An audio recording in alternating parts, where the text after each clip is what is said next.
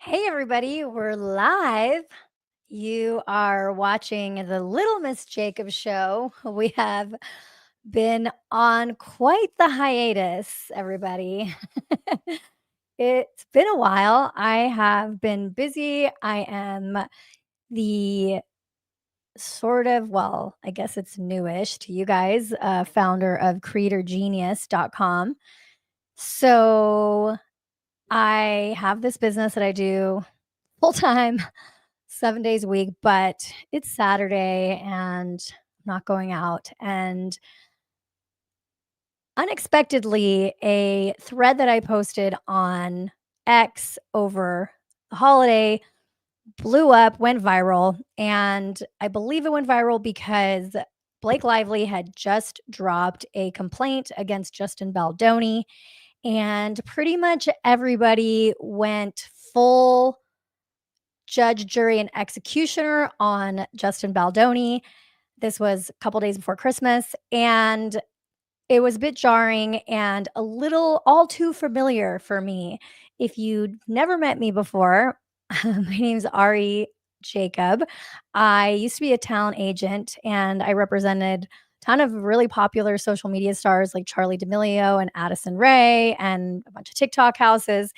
And basically what happened is that a influencer journalist at the New York Times, who was there at the time, totally destroyed my reputation with one libelous article. And I actually went on to sue the New York Times for defamation. And it's interesting because obviously this case is different, everything that's happening, but I do have sort of an inside view of perhaps what's going down from the point of view of somebody who has been in sort of like a PR war, not anywhere to the extent as the people that we're talking about, because these people are worth a lot of money. But, Charlie D'Amelio, who I was representing at one point, ended up making like $90 million with her and her sister between like just a couple of years. So definitely follow the money with this situation. And here's my inside take. We're going to bring it all the way back since I know people have been asking me to break down my thread on X from the very beginning. I haven't had time. If you're watching this stream, the way that you can support me is if you know any business owners that hate dealing with their social media, the only way to grow on social media right now is short form video. And my company, what we do is we use a lot of AI and data to tell a business owner exactly what they need to do, exactly what they need to film, exactly what they need to say on a video, on consistent videos on their social media to blow up their page. And then we edit and post everything. So anyway, if you know a business owner that's like they need help with their social media, check out creatorgenius.com. Also, follow me. I'm Little Miss Jacob on pretty much everything. And I'm going to give a shout out to two of my clients who we just started working with, zappyhealth.com and Dr. Mint, who is an oculofacial plastic surgeon in Beverly Hills and Las Vegas. So since a lot of women watch my streams, kind of a good two good companies to check out. But anyway, Bright Eyes says, what was the outcome of your case with the New York Times? So I filed the lawsuit, I believe at the you only have about a year to file a defamation lawsuit. And almost at the 1 year mark, I filed against the New York Times. So I think it was in 2021, maybe June, July, or August of 2021. And I want to say like April of 2024, the judge said the case could go forward. And that was a really big deal. It was a really long time to get to that point. So if you're looking at Justin Baldoni and his filing against the New York Times, I mean, it's going to be a long time till they even get to decide if they can move forward with the case.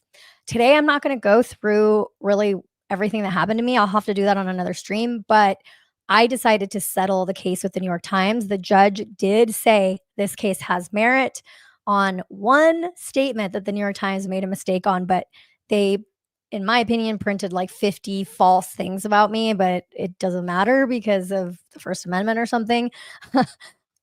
That's a story for another day, but it's extremely hard to sue the media.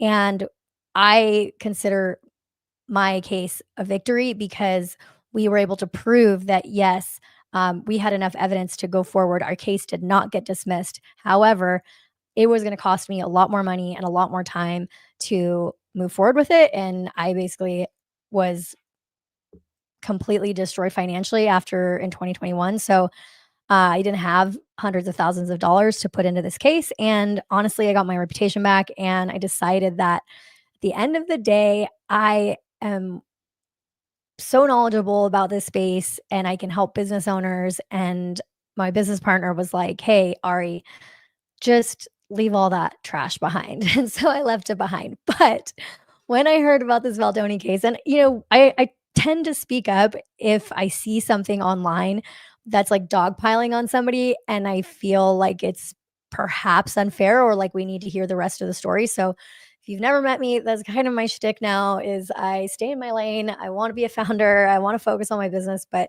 hey, I could be out, on a Saturday night with friends, and I'm not. I'm hanging out here with my internet friends because that's what I like to do.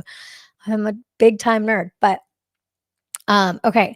So um what was I gonna do? Okay, so we're gonna go through my thread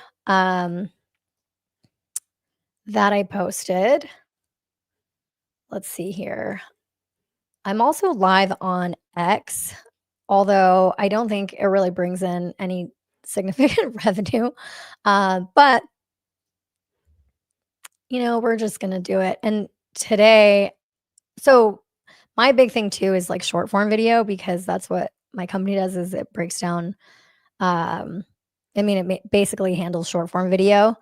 Uh but let's see here.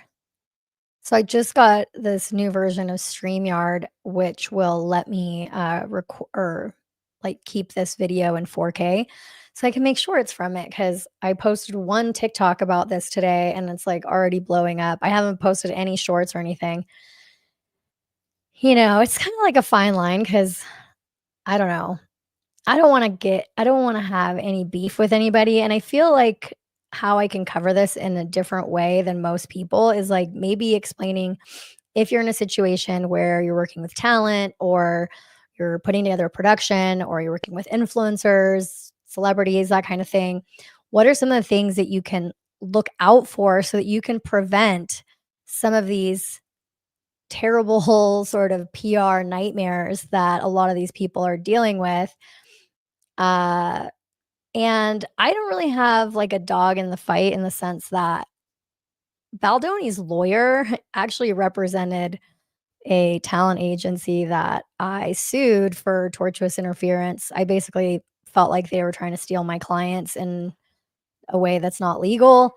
Um, and I don't want to get into that, honestly. I'm over it. But Brian Friedman represented this huge talent agency um, who, might have been behind a lot of the what is it called? Like the string pulling behind the people that were trying to mess with me.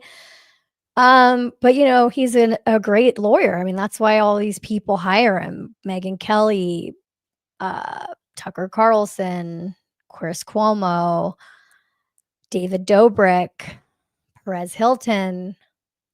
I mean, I don't know if Perez Hilton's as successful anymore, but even Yashar Ali, who I don't care for.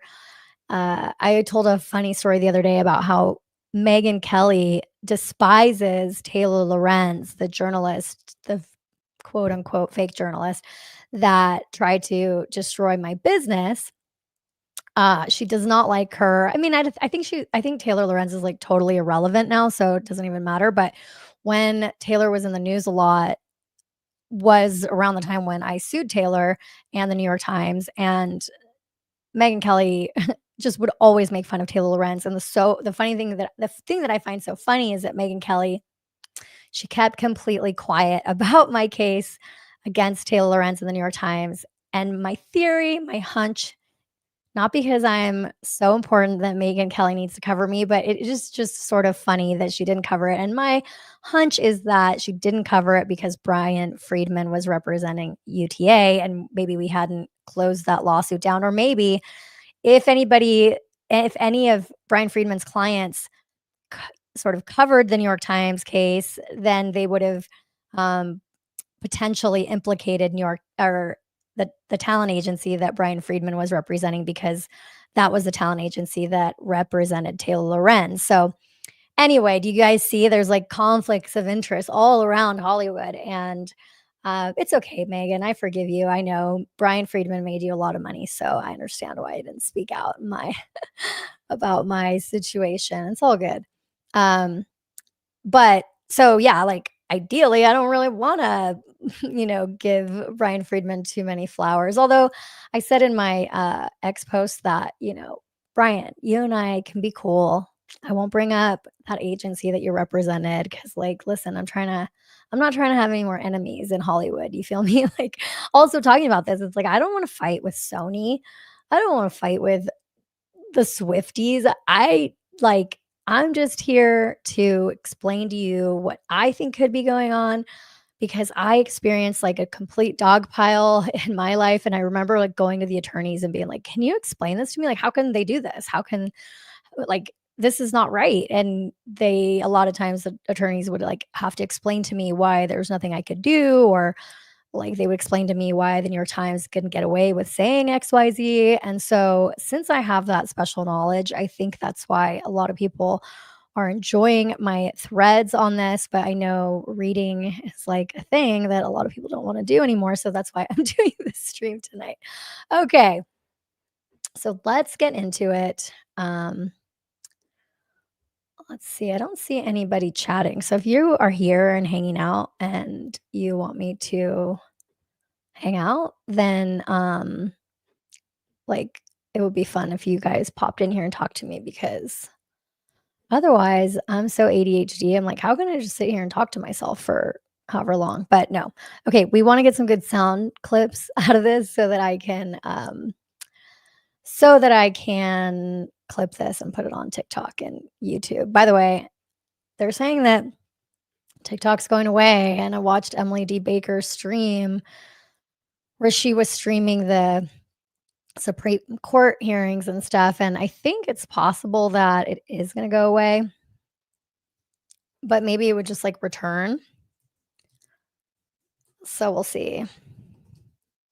Okay, I'm live on this Baldoni Lively thing. Please come chat with me so I don't get lonely. Alright. Shared it. Shared it, shared it, shared it. There we go.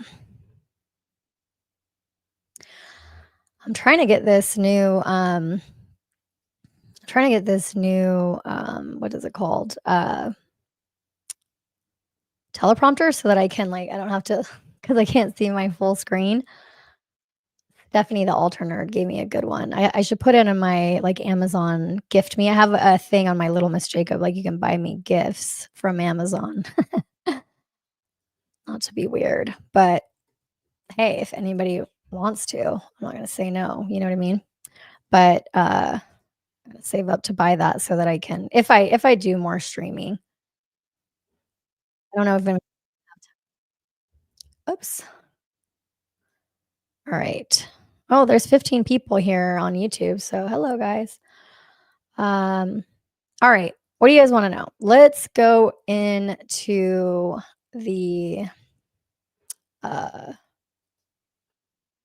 let's go into the first post I made about this that went viral. Viral, I don't know, I got 7 million views, whatever that means on X. Uh, but I wanna see if I was right about any of this stuff. Okay, let's see here.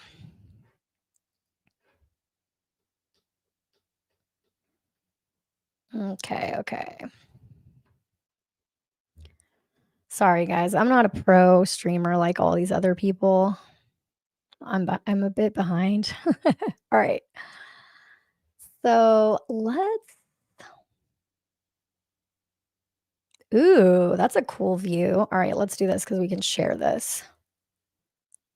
Oh, I should have prepped all this, huh? Yeah, I'll do that next time. But look, I did do this where you can like switch the view. I don't know if I'll actually use this view, but I'm saving it just in case. Does anybody have any ideas of like, oh, no, not that. Okay. I'll ask later because I don't know. Oh, hi, Ari. Oh, thank you guys are talking to me. Hi, Ari. It's been a long time since I caught one of your lives. Hi, Ashlyn. What's up? Malcolm Adams. Glad you got some time to chill. I know you've been busy, my friend. Deanna Sholar. What's up? Good evening. See, I can't see the whole screen. Okay, I'm gonna maybe. Okay, there we go. Now I can see it all. Alrighty. I'm gonna present. Share screen. There we go. All right. Oh. Let's see.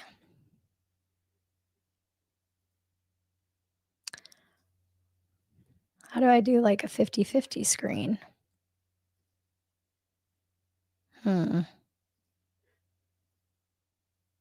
Okay, like that. Let's do this.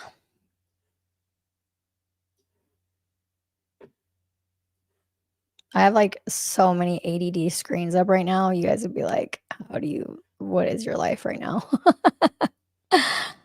Do you guys do that?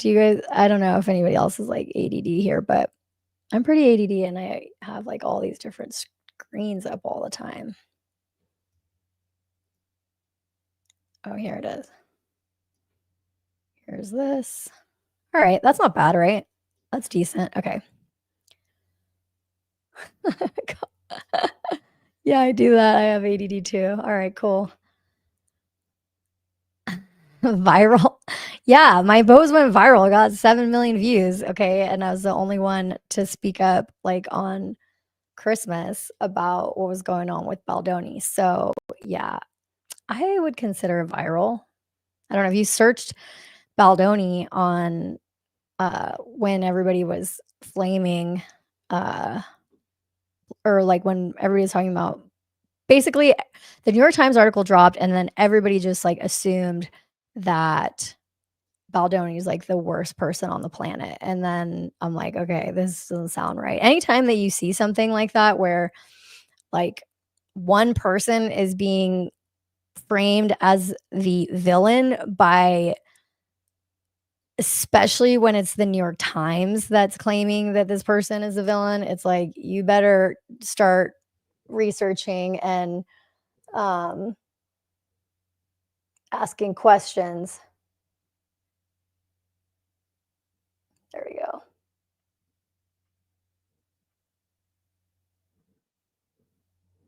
Like you definitely better start asking questions if the New York Times is like vilifying somebody. That's all I'm saying because they almost destroyed my entire life, but here we are. We're back. We're not destroyed.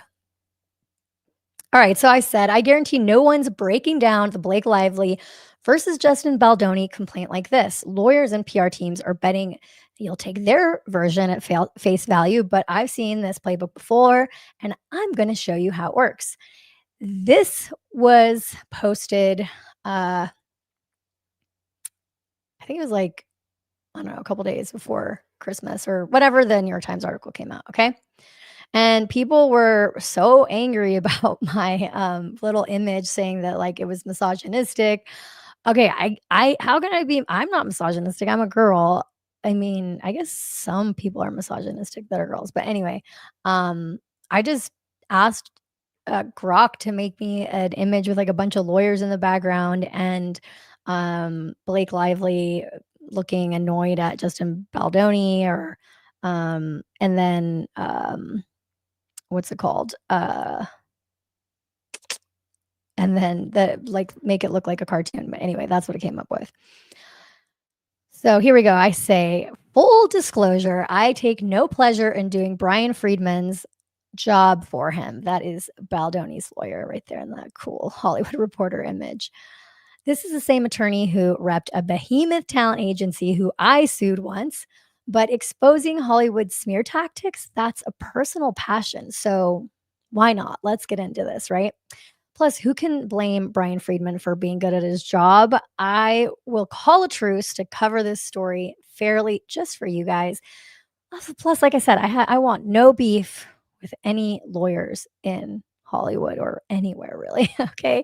And now lawyers are like some of my BFFs. So a couple lawyers kind of saved my life. So, and here you have Baldoni with Bethany Frankel and Tucker Carlson and Don Lemonhead and Megyn Kelly. Okay. And tonight I'm going to go through the interview that Megyn Kelly did with Brian Friedman. And in order to highlight some things that I bet you guys missed from that Brian Friedman and Megyn Kelly interview. And there's a couple other interviews that I've found that I've sort of earmarked because y'all are missing everything, all the good stuff. So I'm excited that nobody's covered a lot of things that I'm excited to cover. So, okay. The complaint paints Baldoni as orchestrating a smear campaign against Lively for speaking out about workplace. What's another word for, um, I don't know. We want to call it SH. Okay, fine. Sounds explosive, but here's the kicker. Much of the evidence relies on implication, not proof. So now that we know, because this was before Baldoni had filed his suit against the New York Times, and we saw like a bunch of extra text messages. So let's see how much of this I got right. I think I got most of it right, but you guys can flame me if I got anything wrong, okay? Um, People were upset about the image. Yeah, they were upset about my cartoon. They said that was so mean. Um, Colorado Mountain, what they did to you was horrible. After learning your story, I find you even more inspiring. Oh, thank you. Well, that's really the reason why I like to speak out too, is because a lot of people aren't not as famous or don't have a big backer like Justin Baldoni does. And, it's kind of one of those things where maybe if you get smeared in the press, like this is a good way. I don't know, maybe some of my streams will help you like find some hope or anything. If you're going through a challenge in your life and you think like, okay, it's over, I'm done. You're probably not, and you should always know there's like a hopeful way out of everything, especially when you're just like being unfairly attacked. It's like the truth always makes its way to the light, whatever that Bible verse is. You know what I'm saying? All right. So the title of this thing that dropped was from the New York Times. We can bury anyone inside a Hollywood smear machine. Private messages detailed an alleged campaign to tarnish Blake Lively after she accused Justin Baldoni of misconduct on the set of It Ends With Us. All right. So I said that much of the evidence relies on implication, not proof. So let me explain. Example, a publicist texted, not Baldoni, okay? A publicist that worked for Baldoni texted, we can bury anyone. Spicy? Sure. But it's not Baldoni saying it, okay? And the complaint doesn't tie that message back to him. So there's nowhere in the complaint where you see Baldoni saying, bury Blake Lively, okay?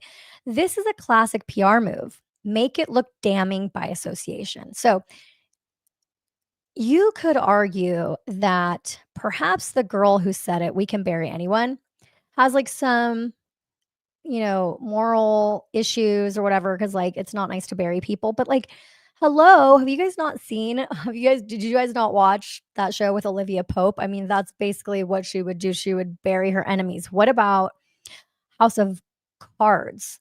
House of Cards? House of Lies? I forget. House of Cards. Yeah. Okay, that guy was always like burying people, another publicity guy in politics. Okay. This is what these people do. This is not anything new. Did you guys not remember the Johnny Depp and Amber Heard situation, the TMZ thing? Like, okay, come on, guys. Like, wake up. We know this. We know this. You guys are smart. And okay. So Ms. Nathan, goodness gracious. So it says, we can bury anyone, but I can't write that to him. I'll be very tough. So maybe Melissa Nathan wants to bury someone. It doesn't say who she's burying either. I mean, you can assume that it's Blake Lively, but you don't know. Okay. Okay. I can't write that to him. We don't even know if she's talking about Baldoni. She probably is, but I'm just saying, like, look at the actual messages. Okay. A few days later on August 5th, 2024, blah, blah, blah. Okay. Oh, okay. This is so oh goodness gracious. Oh, there we go. Um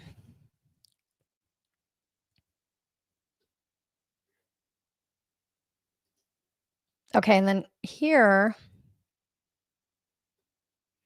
it says, we can't write that. Imagine if documents saying all the things that he wants ends up in the wrong hands. I mean, it sounds bad, but again, you don't have a smoking gun here. All right. So this is what I was first looking at. I'm just like, I don't know. Baldoni's going to have a side of his story and it deserves to come out. So this is again before he drops a lawsuit against New York Times. Maybe I inspired it with this post. I'm just kidding. Uh I don't know, Ari. Remember how people were using this argument to imply that there was no smear campaign against Crowder and that his wife was just discussing a campaign, not proof her family ran one? Well, listen, again, like two things can be true at once. Brian Friedman represented Crowder's wife, and Brian Friedman represents Yashar Ali, who dropped the ring cam footage on Twitter. It was Yashar Ali. Where did he get that footage? Oh, could have been from Brian Friedman or someone in that mix. I think so, but whatever. Like, I'm not saying that Crowder's ex like didn't get screwed over, or that like Crowder's a fabulous guy. Like none of like I was never championing anybody in that situation. I was just saying like look at the plays being made. Okay. I'm and again, like I know a lot of you guys, some of you guys might not know what we're talking about, but there's some videos I think on my page. Also, like Jared was alleging all these like workplace violations when like yeah, they probably were workplace violations. Like let's just say that Crowder did show like his junk to the other guys that were there like in this weird locker room gross way, but Jared did it back to him. So it's like, yes, it's not right. And if you do that kind of stuff, like it's like F around and find out. But at the same time, it's like if Jared was like suing Crowder for SH, it's like, really, bro? Like it's just it's not a stretch. I don't know how you even say that. It's just basically feigning victimhood when you're not like actually damaged. It's not like in that situation that Jared was, assaulted and that like he's going to have to go to therapy because, they were joking around and showing each other their junk. I don't know if that was true, but like you just don't, in my opinion, maybe if that gets you out of your contract, you say, oh, like these are workplace violations. And maybe that does get you out of your contract. But like to say that you like, were SA'd or something like that because those like weird things were going on. I don't know, people might disagree with me, but I would just say that don't exaggerate something. If you could say, "Hey, we used to fool around in the office and do stupid things and show each other our junk, but like him as my boss, he shouldn't have been doing that." Okay? I think that's fair, but if you're like, "Oh, I'm traumatized," and you're not because you did it to other people, do you get what I'm saying? So, anyway, that situation was really weird, and I don't even wanna get into it, but, um for the record, I totally do think there's a smear campaign ran against him. Oh, okay. I don't know. I already forgot about that whole situation, because so many people were, like, mad at me also when I just, like, spoke out and I was like, "Hey, guys, maybe there's something else going on." Lively really weaponized the Me Too movement. Yeah, possibly, you know. Um, okay. Meanwhile, Baldoni's texts tell a different oh, here, let me just like make this smaller so I can see you guys. Okay, cool. Um, Meanwhile, Baldoni's texts tell a different story. He reportedly said, I'm not in love with this strategy. Does that sound like a guy plotting revenge or someone uneasy about how his team was handling damage control? Now it's been said that I was spot on with this because apparently that was essentially what um, Baldoni's lawyer is saying that he was saying. He wasn't comfortable with a smear campaign. And the reason why it matters if it was a smear campaign is if it was retaliatory, okay?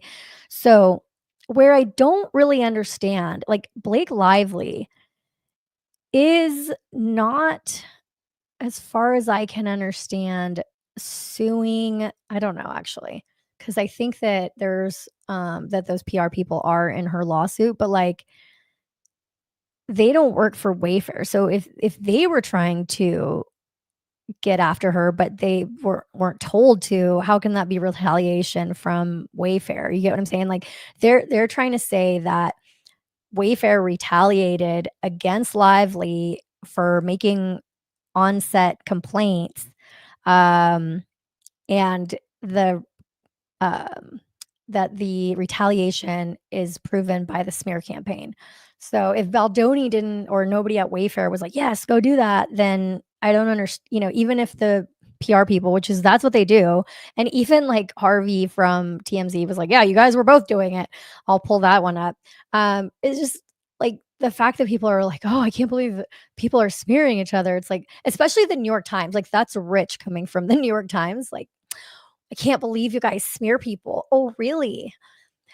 What I would do want to say is that you are not going to find another person like me talking on X or YouTube or TikTok or Instagram about their experience suing the New York Times for defamation. I haven't seen it. It's a very unique experience. And if you find someone else that has done it, please holler at me because I haven't seen anyone except for Arya Tufanian who tried to do it. I believe his case got thrown out right away because he was representing himself. Okay. I had like a ton of lawyers helping me and we got as far as we possibly could. But I don't think that there's anybody else talking about, hey, I sued the New York Times and this is how it went. So, do I have extra special experience in smear campaigns, cancel culture, and the New York Times? Like, and Brian Friedman? And maybe I don't even know who else is involved, but yes, I do. Okay. So here we go. Other than that, it's text where Baldoni says he wants to bring the movie back to the issue of okay, so what can we find in Baldoni's text messages? It is text where Baldoni says he wants to bring the movie back to the issue of DV. Granted, that wasn't the alleged Sony approved marketing strategy, but this is Baldoni's film too. So, and he was very clear that he was doing this to um, give a message of hope to people affected with these kinds of things. So, under California law, SH must show a pattern of unwelcome behavior with intent to harm. So that's in California. Discomfort is not enough. So remember, this is just a complaint at the time when I wrote this. Does the complaint meet this standard? Right now, it's heavy on storytelling and light on actionable facts. So, key legal considerations: intent versus perception. Harassment claims often, okay, I don't think can say harassment on platform, maybe not, maybe just on X. Okay. Anyway, here are the legal considerations of Blake Lively's complaint as I saw them when she filed the complaint initially around Christmas. Intent versus perception. So, harassment claims often hinge on whether the conduct was intentional and whether a reasonable person would find it offensive. Unintentional actions that cause discomfort may not meet the legal threshold. Oh, great. Oh no, my mouse is out. Oh, okay. Now here we go. Whether the conduct was intentional and whether a reasonable person would find it offensive. Unintentional actions that cause discomfort may not meet the legal threshold for harassment unless they are severe or pervasive. So, this, now that we know what Baldoni said, in my opinion, and what I understood from Brian Friedman going on Megyn Kelly and everything, was essentially this. Baldoni is saying, look, I didn't mean to upset her. I wasn't trying to do anything weird or creepy or SHE. And as soon as we learned that she was having these feelings, like, we agreed, like, of course we won't go into your trailer when you're not comfortable with it. And of course we won't do this. Of course we won't do that.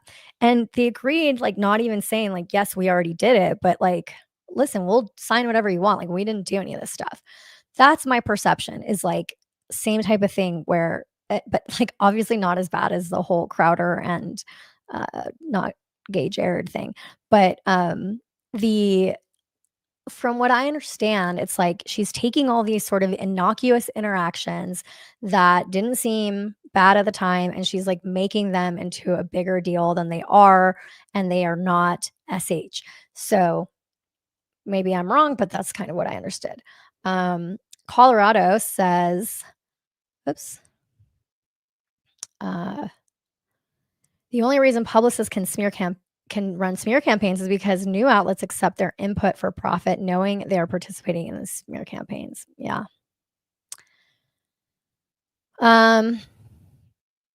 I mean, it doesn't, like, and I don't know. It feels like Justin Baldoni was going on the defensive, but we don't know. We don't have all the information, and I'm not totally one side over the other. I was speaking out for Baldoni because he was getting absolutely crucified, like, right around Christmas, and I just thought it was unfair that everybody had made up their minds, assuming that the New York Times always tells the truth.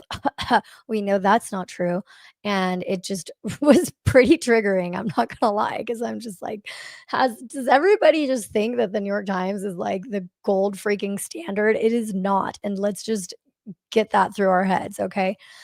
All right. Single incident severity. The California Supreme Court has clarified that a single severe incident, such as the use of a racial epithet, can constitute H if it creates a hostile work environment. Employer liability. Employers are required to take reasonable steps to prevent and correct wrongful behavior in the workplace.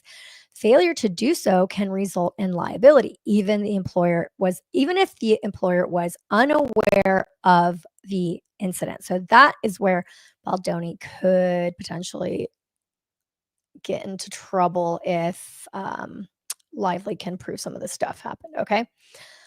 So also, I'm not an attorney, so this is just my lived experience, and um, I'll tell you guys anything like that I learned when I was suing the New York Times. All right.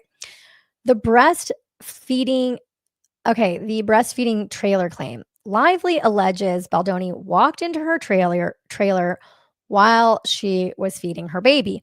Is there evidence this happened? If so, how many times? Was this a deliberate invasion of privacy or just bad timing? Intent does matter. For example, some women breastfeed openly without concern, while others prefer privacy. Feeling uncomfortable while totally plausible, I'm not denying that Lively could have very well felt this way, doesn't automatically mean harassment occurred. It depends on the context, boundaries, and intent and evidence. Okay.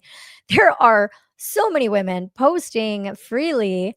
Look at, there's a whole thing, the rise of celebrity Brelfie stars, including Rihanna and Emily Ratajkowski, lead the trend for posting breastfeeding snaps on Instagram. So, it's not like we've never heard of this or anything like this. All right. Um, that was kind of you. I think he seems like he's on the defensive as well, but all the news outlets slamming the smear campaigns participate in smear campaigns. So it all is hypocritical. Absolutely. But it seems like everybody in Hollywood kind of like knows this happened. I didn't know that it was going on. So maybe this is like the public's first sort of impression of it, or second, I don't know, after Johnny Depp and Amber Heard.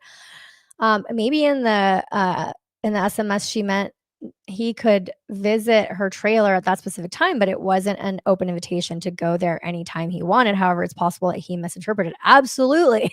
I even think that's maybe like totally the case. Like this guy is saying he's neurodivergent, he has ADHD, and like it's true. I mean, I have ADHD and sometimes I misread social cues and I talk too much, or I make people feel awkward. I don't know. It is not an excuse, but you do have to take all kind of sides of it. And is it something like where somebody's just being overly sensitive and like anything that you do is going to and here's the other thing, like if there was already a battle for the movie rights and control of the movie, and if Lively and Reynolds had a plan to take the movie away somehow, and that we'll get into because I did share my theory on perhaps what's going on. Actually, I might as well just show you guys that because uh, it's something that like I feel like a lot of people haven't talked about. So let me share this little theory that I have with you guys. Oops.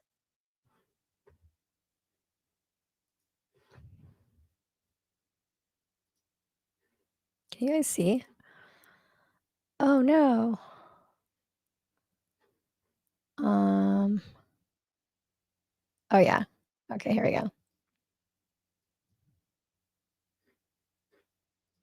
I have this hunch that it's possible that Baldoni's agreement with Hoover for the rights of the book or with Sony could have had a morality clause. The reason why it might have had a morality clause is, for example, if I'm Colleen Hoover and I own this book about DV and I partner with you, if you ever get accused of DV, I don't want you to own my book. I want it to go back to me. I would have asked my attorney, can you put in a morality clause in there that says that if it gets triggered, if you cause damage reputationally to the movie, or if you do something morally wrong? I think that's how Roseanne Barr got fired, was a morality clause.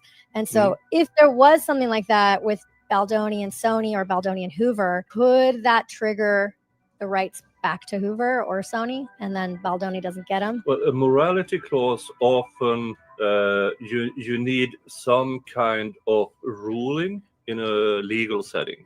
When it comes to code of conduct for Justin, it might be that they are trying to trigger it. That's what I think, because it's like, why would Lively file this complaint, do the New York Times thing?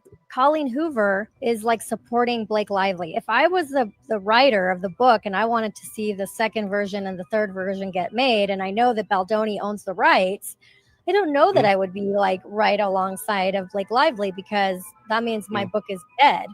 But if Sony Hoover know that they have a morality clause with Baldoni, maybe they're like, okay, maybe this triggers it. That's not a bad theory. Oh, I like that. Lawyer actually thinks that maybe I have a good theory. All right. So did you guys kind of get that? It's like, oh, hang on one sec. Colorado says, I think Justin and Wayfair are going to also soon Colleen Hoover. Damn. Yeah, who knows? I don't know. It's kind of nice to have a billionaire backer with a vendetta. I mean, another time that a billionaire had a vendetta was against Gawker, a publication that outed him as gay before he wanted to be outed.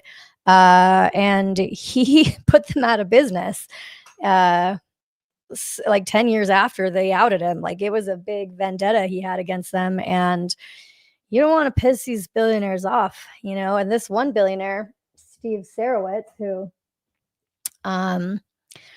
who basically hang on, I'm gonna go live on TikTok too. Here we go. Yeah, this one billionaire that's supposedly bankrolling them is not happy because he was going to, or I guess he pledged to give away his vast fortune to causes that help humanity. And so he's not happy. And I think he's going to definitely sue Blake Lively.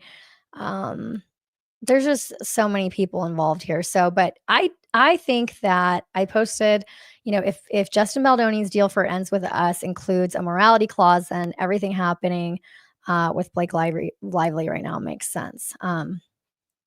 Okay, so let's go back to my original thread that I posted right before Christmas. Okay, day after Christmas.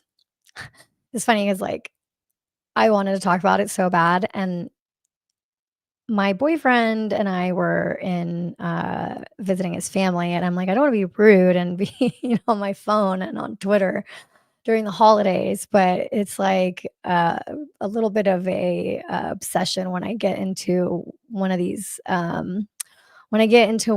sort of what is it called when you're just like really into something? Anyway, especially because I sued the New York Times and I know what it's like to be the target of a smear campaign. So I was like all about this. And again, I really do think that I was one of the first people to speak up. I think a lot of people were afraid to speak up because if you speak up and you say, hey, I'm not saying that Blake Lively isn't telling the truth, but you have to understand that there's going to be another side to this. And I spoke out before Justin said anything, before the lawyer said anything. So, and if you want to go on my Twitter and find you're going to find all these posts. So, okay.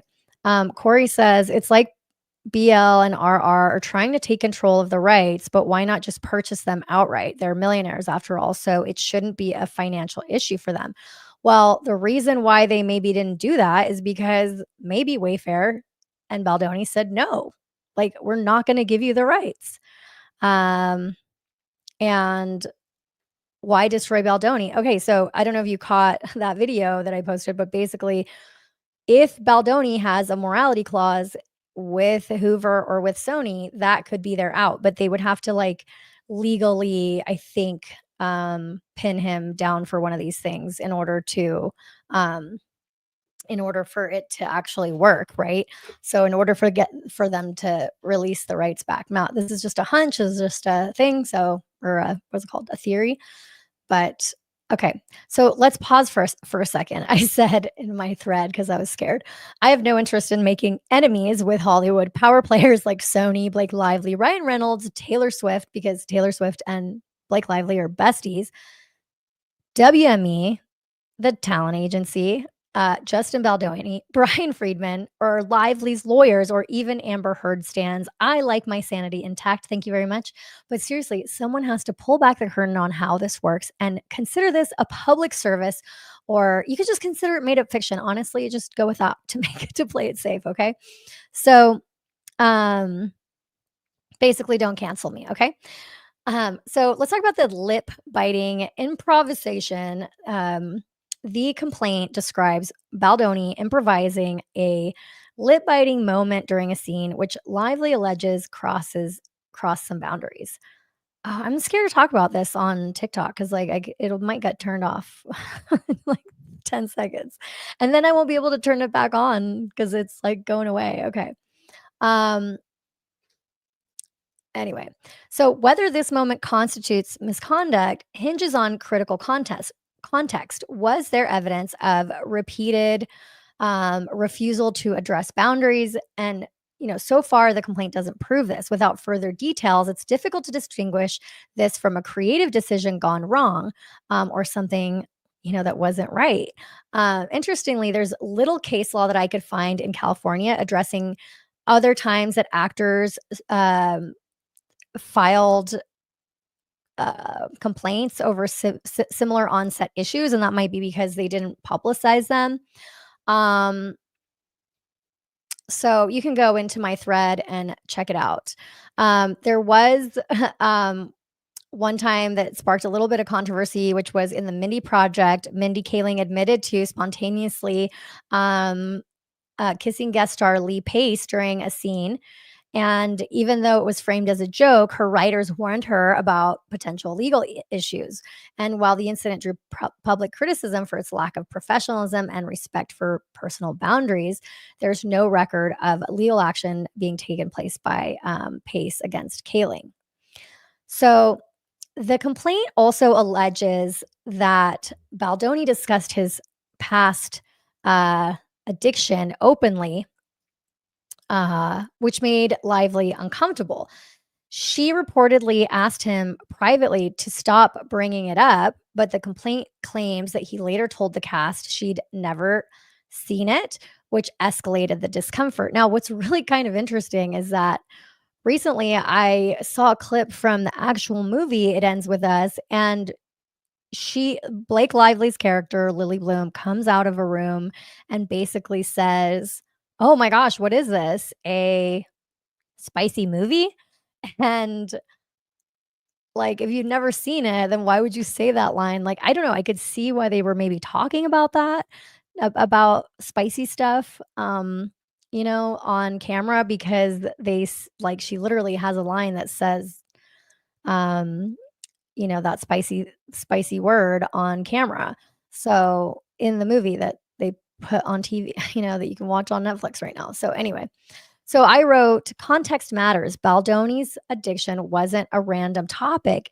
It's also something he's openly discussed on his Man Enough podcast as part of a larger conversation about masculinity, vulnerability, and recovery. Around 3 to 6% of adults struggle with this kind of addiction, and many podcasts and discussions aim to destigmatize this topic as part of a broader mental health and relationship conversation. The key question I had was, did Baldoni stop when Lively raised her concerns? And the complaint doesn't clarify whether the behavior continued or worsened after her private request. Without evidence of a repeated pattern, it's hard to elevate this to intentional misconduct. Oversharing often overlaps with neurodivergence like ADHD, where social cues are missed and discussions can unintentionally create discomfort. While this context doesn't excuse the behavior, it invites the question, was this or was it an earnest attempt to foster dialogue that perhaps missed the mark? Okay. I don't know if you guys on TikTok can hear me or not, because my phone is just like propped on this thing. So I can put my mic on. Can you guys hear fine or no? Do you want me to put a mic on? Hey, TikTok people, can you hear, or do you want me to put a mic on? Let me see. All right, I'm going to put a mic on.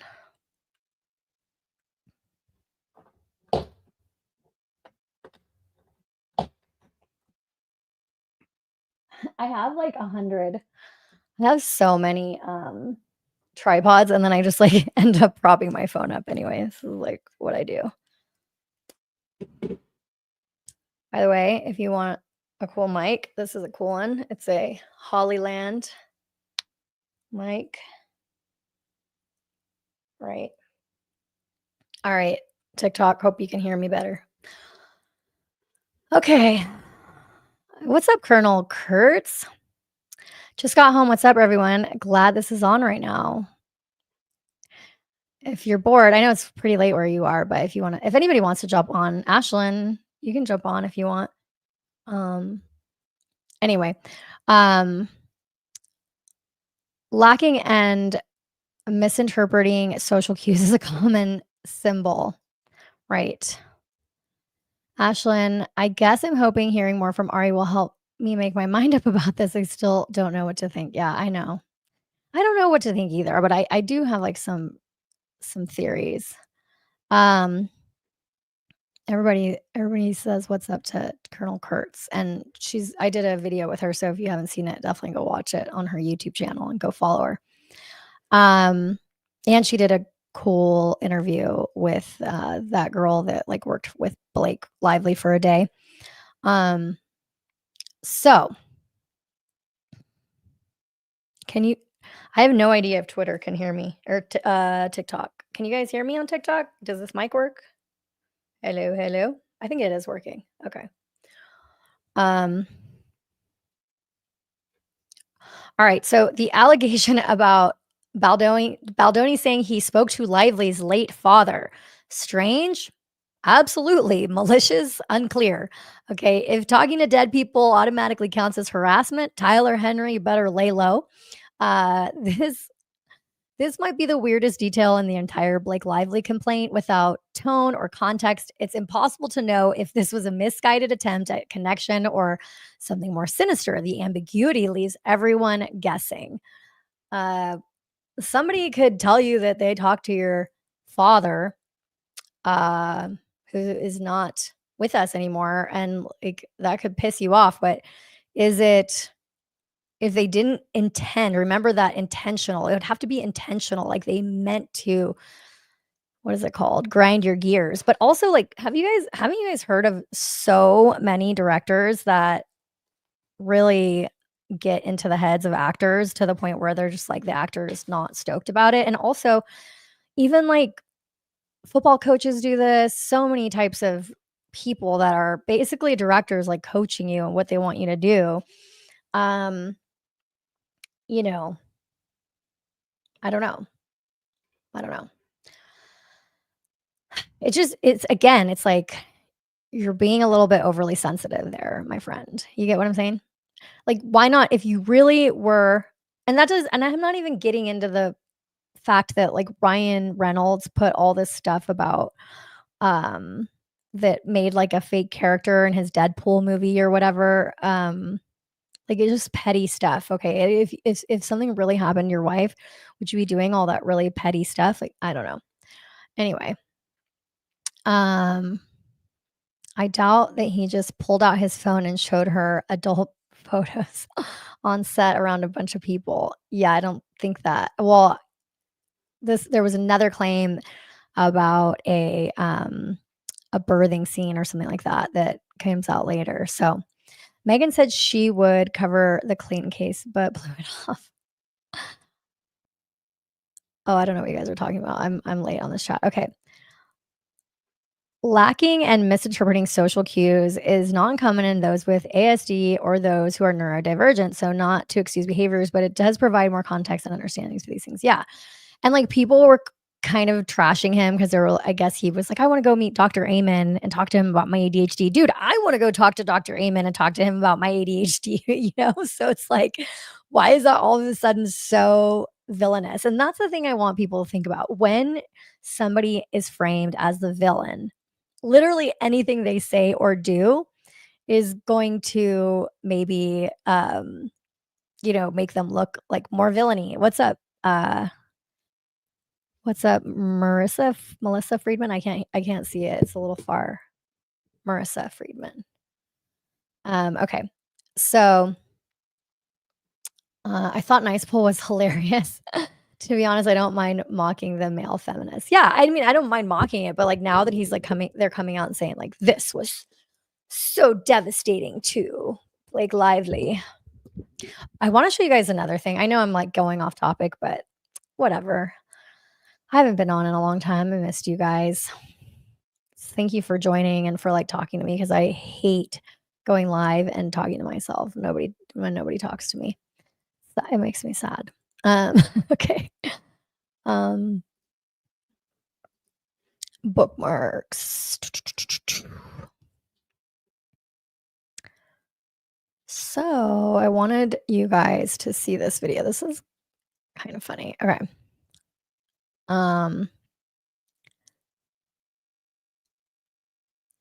Okay, this is what I want to show you guys. My birthday. Another thing that makes you scratch your head a little is that Blake Lively, she seems like a serious person where I'd be scared to say anything in front of her because she might take it the wrong way. But she does this interview and she says, quote, "My birthday cakes always have a little bit of a sense of humor. For my baby, I just did a giant set of tits, which I feel like will haunt him for the rest of his life. But what do they know at one? Like he can't declare what he wants." So she's telling BBC on the radio this, and the interview. Okay, you might be confused. So, okay, and I'm sorry, TikTok, you guys aren't going to be able to see what I'm playing, but it is what it is. Basically, it's this video where so what this podcaster is saying is like, it almost seems like anything that you say to Blake Lively could set her off. And there's a video where Blake Lively is talking about how for her baby's first birthday, they got a cake with like, you know, the two thingies, whatever. We can't talk about that on TikTok. So, that she was telling the story about this birthday cake that was like inappropriate. Here, I'll just let you guys watch. And it's like if Baldoni would have said this, he would have gone absolutely. If there was a video hanging out of Baldoni saying this, everybody would be like, "Oh my gosh, you see, he's a weirdo perv," like, you know. Um, but it's totally cool for Lively to do it. So, here it is. My birthday cakes always have a little bit of a sense of humor. For my baby, I just did a giant set of which I feel like will haunt him for life. But what do they want at one? Like he can't declare what he wants. Yeah. So boobs. Boobs, because that's what he wants at Really? one. Yeah. I'll show you a picture fantastic. after. They're pretty Oh, I amazing. need to of see the cake, that. not Of of the mine. of your Also boobs. amazing. Though. Well, yes, I love it when interviews don't go where you think they might. No, the cake is amazing. So You don't need to see that cake. But I that's all need to so- see the cake. It's amazing. Not the camera. So you see how maybe it's like a little bit of a double-edged sword there? Like Lively can talk about a weird birthday cake with, you know, thingies, but Baldoni can't. I mean, not that Baldoni wants to, but you see what I'm saying? Like if he would have said this, he would have gotten absolutely skewered. Okay. All right. So next in my thread, gosh, there's just like so much lore that it's no wonder that people have like Perez Hilton, like every 5 minutes is putting up new content about this. And like, you know, more power to him, I guess. Except for that he's like friends with Taylor Lorenz, or he was. So I'm not a huge fan of Perez, but you know, maybe if he disavows Lorenz, then I'll be cool with him. And probably Lorenz is going to disavow him because she is totally on Lively's side of this thing, and I'm somewhere in the middle / a little probably leaning towards the Baldoni side, definitely. But just because of the evidence, not because I don't like Lively. Look, I don't know. Maybe she is like just hyperly sensitive and offended. Like, I don't know. Maybe that's the thing. But we don't like cry bullies. You feel me? Okay. So I said the PR drama in the Lively Baldoni saga is messy. Allegations of social manipulation claim Baldoni's PR team worked to discredit Lively. Does this sound familiar? Well, think Depp versus Heard, a public battle with PR teams shaping narratives to sway perception. How do we get there? Subpoenas to Jones Works, Baldoni's former PR firm. Those exposed texts about managing media and spinning narratives. If you've followed along, if you followed celebrity PR before, you know this playbook: deflect, distract, and defend the client. Jones Works, run by Stephanie Jones, who is married to a WME talent agency partner. A partner means like he basically owns part of the company, okay? Or he's a partner. Hollywood is very incestuous, okay? So Stephanie Jones, who used to represent Baldoni, denies knowing about tactics against Lively. Meanwhile, her firm is also embroiled in its own dispute with Baldoni, alleging defamation. Okay, you guys, I have something new that I know nobody has talked about. I don't know if Colonel Kurtz is still in here, but if you are following the story, like you're going to want to hear this. So, who is the actual agent that represented Justin Baldoni? We need to find out who Justin Baldoni's agent was at WME, and whose agent was representing Lively and who's representing Reynolds. Because I have another theory as to how a lot of this information got out. Like, for example, if this is true, that Baldoni's billionaire backer said that he was going to put $100 million or something towards destroying Lively. Who heard him say that? And did he actually say it? Here's what I think. If Baldoni was relegated to the basement, who was in the basement with him? Was his WME agent in the basement? Dun, dun, dun. With Steve Sarowitz and Baldoni's crew that wasn't allowed with Blake Lively. Okay. Because if Baldoni's agent, ex-agent, former agent was in the basement, well, all these people were feeling pretty crappy. Okay. Even Baldoni, when he got interviewed and they're asking him about the second one, he's like, Lively can have it. And you can see sort of the contempt in his face, although he's being polite. Okay. If there was a mole from WME in the room, in the basement, and then that little birdie went and told WME, okay, Stephanie Jones's husband, aka WME. Teresa says, why are they hiding in the basement? Oh, why are they hiding who the agent is? Okay, I thought you were going to say, why are they hiding in the basement? Okay, we haven't gotten there yet. But a lot of people know about the basement, okay? So, it's not that they're hiding who the agent is. Like there's just very rarely is it easy to find this kind of information. We can find it. People know, okay? So if you guys can go find out, or in maybe Kurt's, like in your streams and stuff, if you can ask your sleuths, because I know your people like are really good at finding stuff. Who was Baldoni's agent at WME?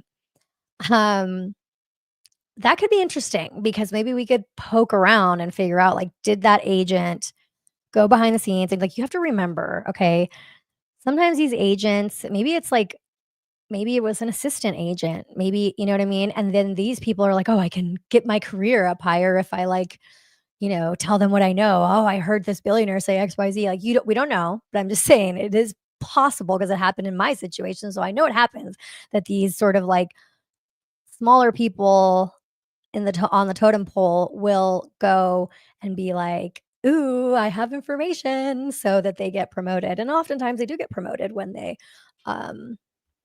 if they do something to help, let's say like WME, one of WME's biggest clients. So what's up, Pyramid 7? I want to see this basement. I know, right? Like, can we get a tour? Veronica says, I would have told her to F off. I would not have just waited in the basement. That's ridiculous. Okay, this is like the point I keep bringing up as well. It's like, you're telling me that Baldoni was so scared of Blake Lively that he sat in the basement, that he let her into the editing bay, that they wrote a letter to so she could be a producer, executive producer, whatever. Like a real producer or whatever on the movie. They were so scared of her. They did everything that she wanted, but the big plan was to destroy her. Like, that just doesn't make sense. It seems like they were going along with her plan, but maybe her plan all along was to take him out, I think, okay, like, I know it's different, but here's my situation. Okay. I was representing a bunch of TikTok stars, and they wanted out of their contract with me because I had already like gotten them to where they were working with brands and they were a bit more famous. And then they didn't want to pay me. So they're like, okay, if we destroy her business, then we don't have to pay her because she's going to go out of business. You get what I'm saying? So there's always like, follow the money. There's always like, you have to see what was people's incentive to doing what they were doing. Okay. So meanwhile, Stephanie Jones's firm is also embroiled in its own dispute with Baldoni, alleging defamation. Former Jones Works employee Jennifer Abel jumped ship to work for Baldoni's new crisis PR team Jones claims Abel helped Baldoni undermine Lively, and as of now, there's no direct evidence connecting Abel to anything retaliatory. The texts don't prove Baldoni personally orchestrated anything. They do show PR firms doing what they do best, shaping public perception, using media connections, and controlling narratives, all while staying just on the legal side of shady. Yes, it's gross. Oh, and of course, Amber Heard already spoke up and inserted herself as a supporter of Lively. The silver lining, these tactics are rarely exposed. The fact that Jones works and the other PR firm's internal strategy is out in the public open or is out in the open is a rare look behind the PR curtain. And spoiler, it's uglier than you guys may think. The real question was Baldoni's PR team retaliating against Lively, or were they just running standard damage control? The exposed texts don't prove malice. They show a messy, strategic scramble to protect Baldoni. Hollywood PR operates in gray areas. It's not illegal to spin a narrative, but when it crosses into undermining or silencing accusers, it reveals how power really works in the industry. Okay, but I'm not done. Here's another really weird claim. The best friend casting critique. So Lively's complaint says that Baldoni cast his BFF so he could be all up close and personal during the birthing scene with Lively, insinuating that this was unprofessional or not appropriate. But Adam Monshine, the OBGYN role, has a master's in acting from UCLA and has legit acting credits. So perhaps could you say it was bad casting? Was it a SAG violation or just Team Lively disliking Baldoni's pick for the role? The complaint doesn't really give enough specifics. That's why this complaint has a lot of red flags for me. Creative power struggles are Hollywood 101. Baldoni had the film rights, Lively, Reynolds, and the writer had sway too. Miscommunication and clashing visions are often reframed as something darker in these disputes. So why does this matter? Hollywood thrives on public not understanding its inner workings. Once you see how narratives are spun, you stop being a pawn in PR chess. So that's why I'm excited that you guys are watching, because you guys don't want to be pawns, right? Like, you don't want to be pawns. And we're helping you so that you can. Okay. So finally, the We Can Bury Anyone text, we covered it a little bit earlier. The smear campaign accusation hinges on texts subpoenaed from Abel, Baldoni's publicist, or sorry, not from Abel, from Stephanie Jones, Baldoni's ex-publicist. No. Okay, they weren't subpoenaed from Jones, but anyway, it was Jones talking. The complaint includes dramatic phrases like "we can bury anyone," but it doesn't show Baldoni actually saying this. Baldoni's promotional comments about Lively were overwhelmingly positive, calling her incredible. Why would he elevate her work if his goal was retaliation? I mean, even if he really disliked her, this was his baby movie. Like, why would he want to make people not want to watch her? Like, if he made it so people really hated her, they wouldn't want to go watch the movie, and that would cost him money, and that was his baby, okay? So Baldoni's promotional comments about Lively were overwhelmingly positive. Okay, we said this. The disconnect between his public praise and the PR team's behavior muddies the complaints narrative. Okay, so do we want to watch this? Okay, we'll watch it. With Viall, and as I go, you surround yourself with people that are smarter than you. I had an incredible team and an incredible group of women around me, and honestly, directing myself, a lot of that had to do with the brilliance of Blake Lively and being able to act with this powerhouse and react in real time. And she was so generous as an actress. And there's so many times where she would whisper something to me, and it would really change the way that I thought about something. And also, what was so interesting is that I only have so much of an ability to be objective when I am in that role. And Viall's such a complex character. I didn't want to just jump in and out. And so there were times when I was trying something because I didn't know exactly how far I wanted to take an emotion or a feeling with Viall. And as I would try something in a scene, I would watch as Blake playing Lily, react in a way that I didn't see before. And then I was able to go, oh, I went too far. And then I could pull it back because she's such a wonderful listener. So having her as a scene partner just made me better. I do agree that by this point, Baldoni is probably walking on so many eggshells. Oh, I know that you guys can't hear me when the videos are playing. I'm talking to TikTok because TikTok can't see the video. So I'm explaining to TikTok what's happening. Um, um, isn't it through the negotiation process that she was able to get an executive producer position after getting casted? Yes. Actually, I think she had already some kind of credit that they gave her originally going into it, but then she wanted something more. She wanted like a different type of credit that was more special.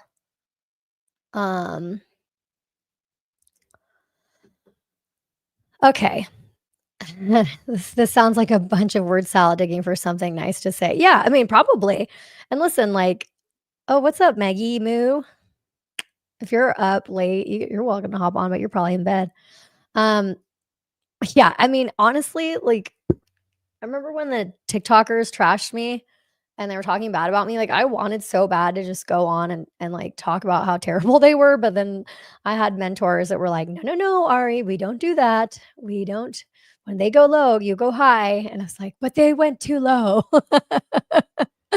So I don't blame Baldoni for disliking her, but you have to admit that he, at least appears to have d You surround yourself with have basically controlled himself, okay? Because even, like, today, I was watching this thing of Johnny Depp's attorney saying that they were worried that the other highly skilled attorney on Amber Heard's side was going to potentially trigger Johnny Depp, but Johnny Depp controlled himself on the stand, and he was funny. Remember when they said, "You poured yourself a mega pint?" They were showing a video that could have if, um what's his name? Johnny had overreacted, it could have made the jury believe that he was a bad person. Now, you have to remember that Johnny Depp had, like, 4 or 5 years in between. Was it 4 years in between when he was on the stand? Like, this is relatively fresh for Baldoni and his team, so when they're at the press things, like, is there some, like, contempt coming out towards Blake Lively that they're not showing? Sure. And listen, they're human beings, so I don't think that makes, um, Baldoni a bad guy if he's upset at what happened, you know? I do think that the Lipgate scene could have been Baldoni method acting, you know? I do like, I do think that, but I don't know enough about that side of Hollywood. I haven't spent a lot of time on a film set. Even as a talent agent, I was representing TikTok people. Moreover, Baldoni himself expressed discomfort. Okay, so we already kind of went over that. So, okay, this is interesting. So, one of the complaint's more dramatic claims is tied to a text from Baldoni. This is what we would need, he says, it says in this screenshot. Okay, he has a screenshot and he said, "This is what we would need." All right. The complaint heavily implies this is about painting Lively as a bully. Remember, this is before the New York Times lawsuit came out. This is before Justin Baldoni spoke out at all. I was saying this, so I think I was right. I said the complaint heavily implies that this is Baldoni painting Lively as a bully, but where's the evidence? That one screenshot lacks context and doesn't explain who or what he was referring to. Okay, actually, this was the one thing I got wrong. Well, it's not that I got wrong. I just said, like, we don't have any proof that he was talking about Lively here.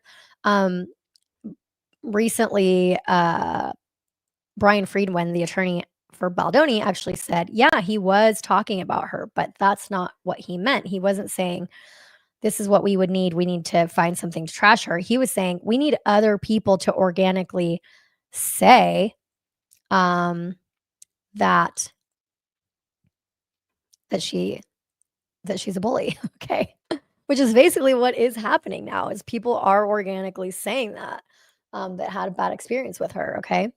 So basically, I said day after Christmas, without more context, Baldoni could have been referencing literally anything, a text on a thread on X about women bullying other women who come forward about DV or some other unrelated topic. We don't know. And that ambiguity is doing a lot of heavy lifting here.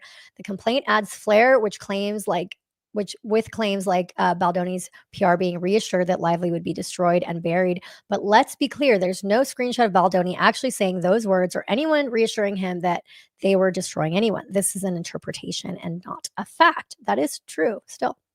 Framing these texts as a coordinated smear campaign is more clever than conclusive. It's classic lawfare, crafting a narrative to sound damning without definitive proof. Strong storytelling is not the same as strong evidence. Don't get it twisted. So that was basically it. And then I do my little shout out. If you enjoyed this thread, I'm Ari. I'm not going to read that. All right. So I want to show you guys this. I think TikTok, I'm going to have to sign out for now because I want to show video. I know there's a way to stream, but I don't want to do that right now. So thanks for tuning in, guys. Catch you next time. Bye. Okay. Alrighty. I want to show you guys.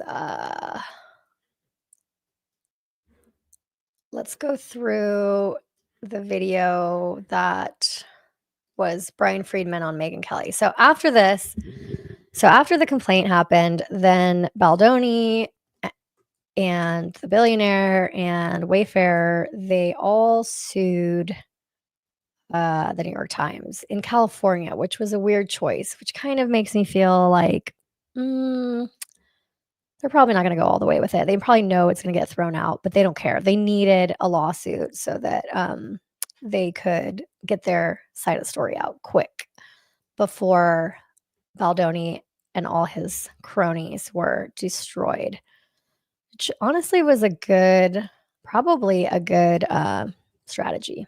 Friedman and Megyn Kelly.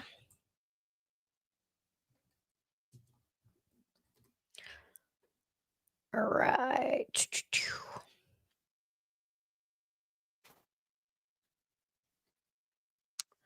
Shoot.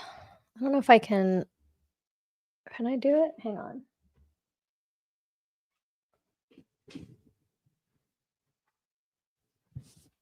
Okay. Hopefully I can share this other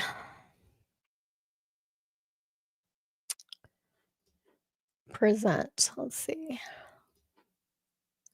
I'll show you guys something else.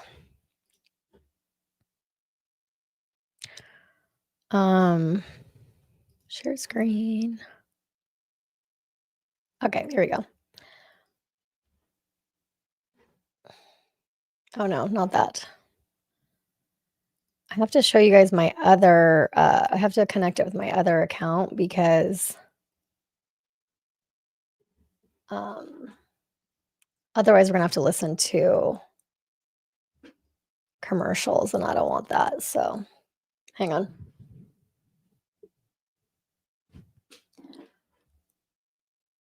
I'll get better at this so that I don't have to. No, I didn't want it to open there.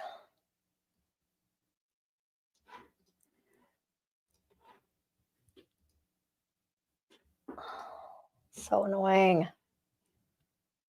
Do you guys get annoyed when like Chrome, like you're logging into like a different email and then it's like, do you want to open this? No, I don't want to open it in another tab. I want to open it where I said I want to open it. Thank you. Okay. I know you guys probably don't know what I'm talking about, but okay. Brian Friedman. So a lot of the points that I wanted to cover, they were in the long episode, and then like Megyn Kelly didn't cut it up into her like clips, and so you might have missed some interesting things. All right. All right, we will start at the beginning, but I might just like fast forward to the part where I want.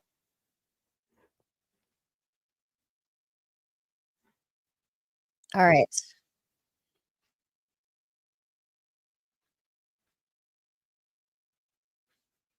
I think that Brian Friedman got Megyn Kelly like $50 million or something, so it's clear why they're friends, you know what I mean? But the only person in my house that Brian Friedman loves more than me is my husband, Doug, because these two were like thick as thieves for that whole NBC night. The Times is, don't even believe the texts that you see in the Lively lawsuit because they're seriously misrepresented, omitting major facts that would give them an entirely different meaning, never mind greater context. And that's where I want to bring you in. So tell us what we don't know about this fight between these two. Well, what you don't know is a lot, right? Because Blake Lively's dominated the media. What they did was they worked with the New York Times. Her publicist worked directly with the New York Times. Is that too They fast, you guys? shared 1.25? illegally obtained text messages. They shared those together. They concocted a complaint that they filed with the Civil Rights Division. They omitted.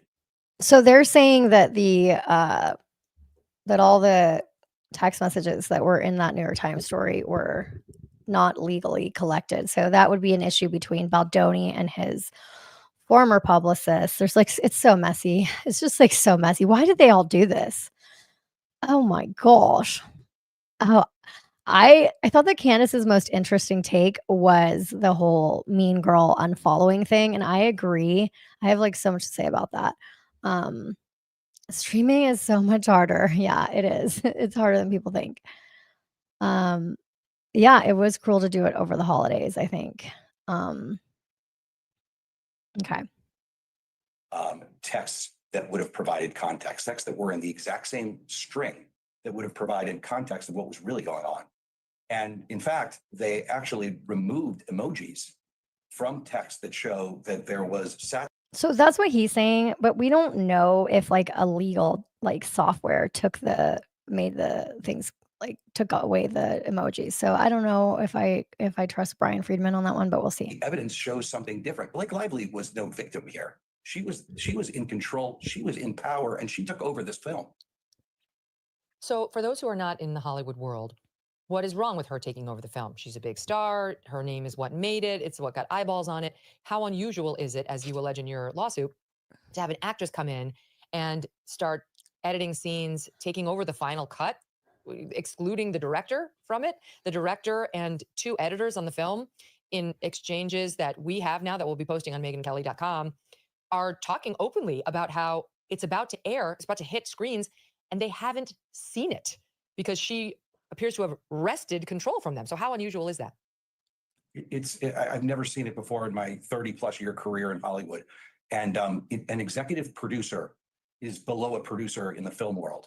An executive producer. Okay, so do you guys hear that? An executive producer, I know it's confusing, right? An executive producer is below a producer in the Hollywood world. So she had already an executive producer thing. That's just where they like put you in that. You get, because she's a big star, it says that she's an executive producer like in the credits, but that doesn't really mean anything. Like I could be an executive producer on something that I did nothing on. Producer signed up to be an executive producer, and that's it. And an actress. And that's what she was supposed to be. As the time progressed in this film, she decided that she wanted to be a producer. She, applied to be a producer. She went and got, the dailies. She started to make edits. She wanted to be part of the editing team. There were people hired, like human beings actually hired to do the editing. Human beings, who guys. had done work as editors. She wanted to be part of that team. The next thing you know, she took over the editing. She started making threats that she wouldn't promote the movie, that she wanted to be in control of marketing of the movie, that she would do nothing in terms of promotion unless she was the actual editor. She came up with her own cut of the film, which is, you have a director who has a cut, and she had a competing cut of the film. And for an executive producer to have a competing cut of a film is incredibly bizarre. But when she starts threatening people and saying, I agree, Carl, the film, I'm not going to do anything unless you use my cut, that's when it starts to be awfully incendiary. And the concern really is that she used That was weird. So I don't know if you guys are all following along, but she basically made them use her cut of the film, even though Baldoni's cut tested better with an audience of women. these allegations of sexual harassment, and she used these allegations of bullying to try and leverage her position so she could be the de facto director in the case. And, you know, as you'll hear in the voice note, as you'll see in the evidence, she had Justin sitting in a basement in his own movie with his friends and family during the premiere of the movie, which should have been the biggest night of his career. Was the WME agent in the basement? Dun, dun, dun. I need you guys to find out. Please, somebody online, find out who the heck is Justin Baldoni's agent, and was he in the basement? He was sitting in the basement while she was Here not allowing is- him to be part of the premiere. Here is some of that, which we have here exclusively. Justin Baldoni speaking to what he called his dream team, those who had been helping him edit the films and Yeah. get it to finality, lamenting the fact that he was put in the basement on the premiere of his own movie, he says, per Blake's demands. Take a listen to that voice text in part. Think about this.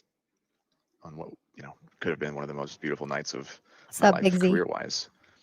I literally was sent to the basement with all my friends and family for over an hour because I wasn't allowed to be seen. She didn't want me anywhere near her or the rest of the cast. So they ushered me off the carpet and they sent us down to the basement. We were down there together, Mm-hmm. my friends and family, the people that love me the most, and we start laughing because of the ridiculousness of this whole thing. And I realized, like, on a night that was supposed to be so materialistically joyful, I was in the basement with the people that I love the most, and we were all joyful and laughing. I'm sorry, I Because just none feel of that bad. shit matters. None of it. That's not why we're in the Sucks. business. That's not why the three of us are in this business, is to attend a premiere like that and be celebrated. We're in this business because we're artists and we believe in what we do, and because we want to create art that touches people's hearts and souls and can move people. And that's what we did. That's what you both did. And I believe that will follow each of us, and the truth will prevail, and that light and love will win. Yo, he's such a better person than me. I would not have been that nice if I was relegated to the basement over something that I hadn't done. I mean, my text would have been a lot spicier. Let's just say that. It's just it's hard for me because I've been in a position where I've been completely bullied and derailed by some powerful people in the house. The talent that was like the most popular, they got the other kid, you know, they say kids, but they're like over 21, but the other talent to like go against me and unfollow me. And here's the other thing that happens when, I don't know if you guys have ever dealt with narcissists, but like if a narcissist wants to keep you away from other people, so those other people, so this is what I've experienced. I'm not saying this was happening, but could be happening with Baldoni, is that if he's like, people are saying all these terrible things, or let's just say Lively and Reynolds are saying terrible things about Baldoni, and then it causes the rest of the cast to like stay away from him. And so maybe they have like one interaction with him, like let's say the scenes with the young Blake Lively, right? Like that actress maybe only saw him, you know, a handful of times. Like he wasn't acting with her anyway. So she does her role and then she hears all these terrible things and then she like never sees him ever again. Then like the last impression she just had of Baldoni was a negative one. Like maybe she interacted with him for, you know, a day or two. I don't know. And then all these other people are saying stuff. And then you don't even have a chance to be like, hey guys, like, no, like, you know, this is me. Like nobody even wants to be around you. And that's like this terrible feeling. I can't even describe it because I remember that feeling and just being like, why don't these kids just like remember me? Like I'm the one that was like helping them, you know, like why, how could they just like turn on me? But it's because it's brainwashing. It's narcissists will brainwash you. And if they tell you that somebody's bad, like you just believe it and you're like, oh, they're looking out for me. And especially when if the narcissist has like, you know, power and money and it doesn't like seem like they're being, You know, and also it's like, especially when you have like, let's say the young actress and stuff, or the less known people.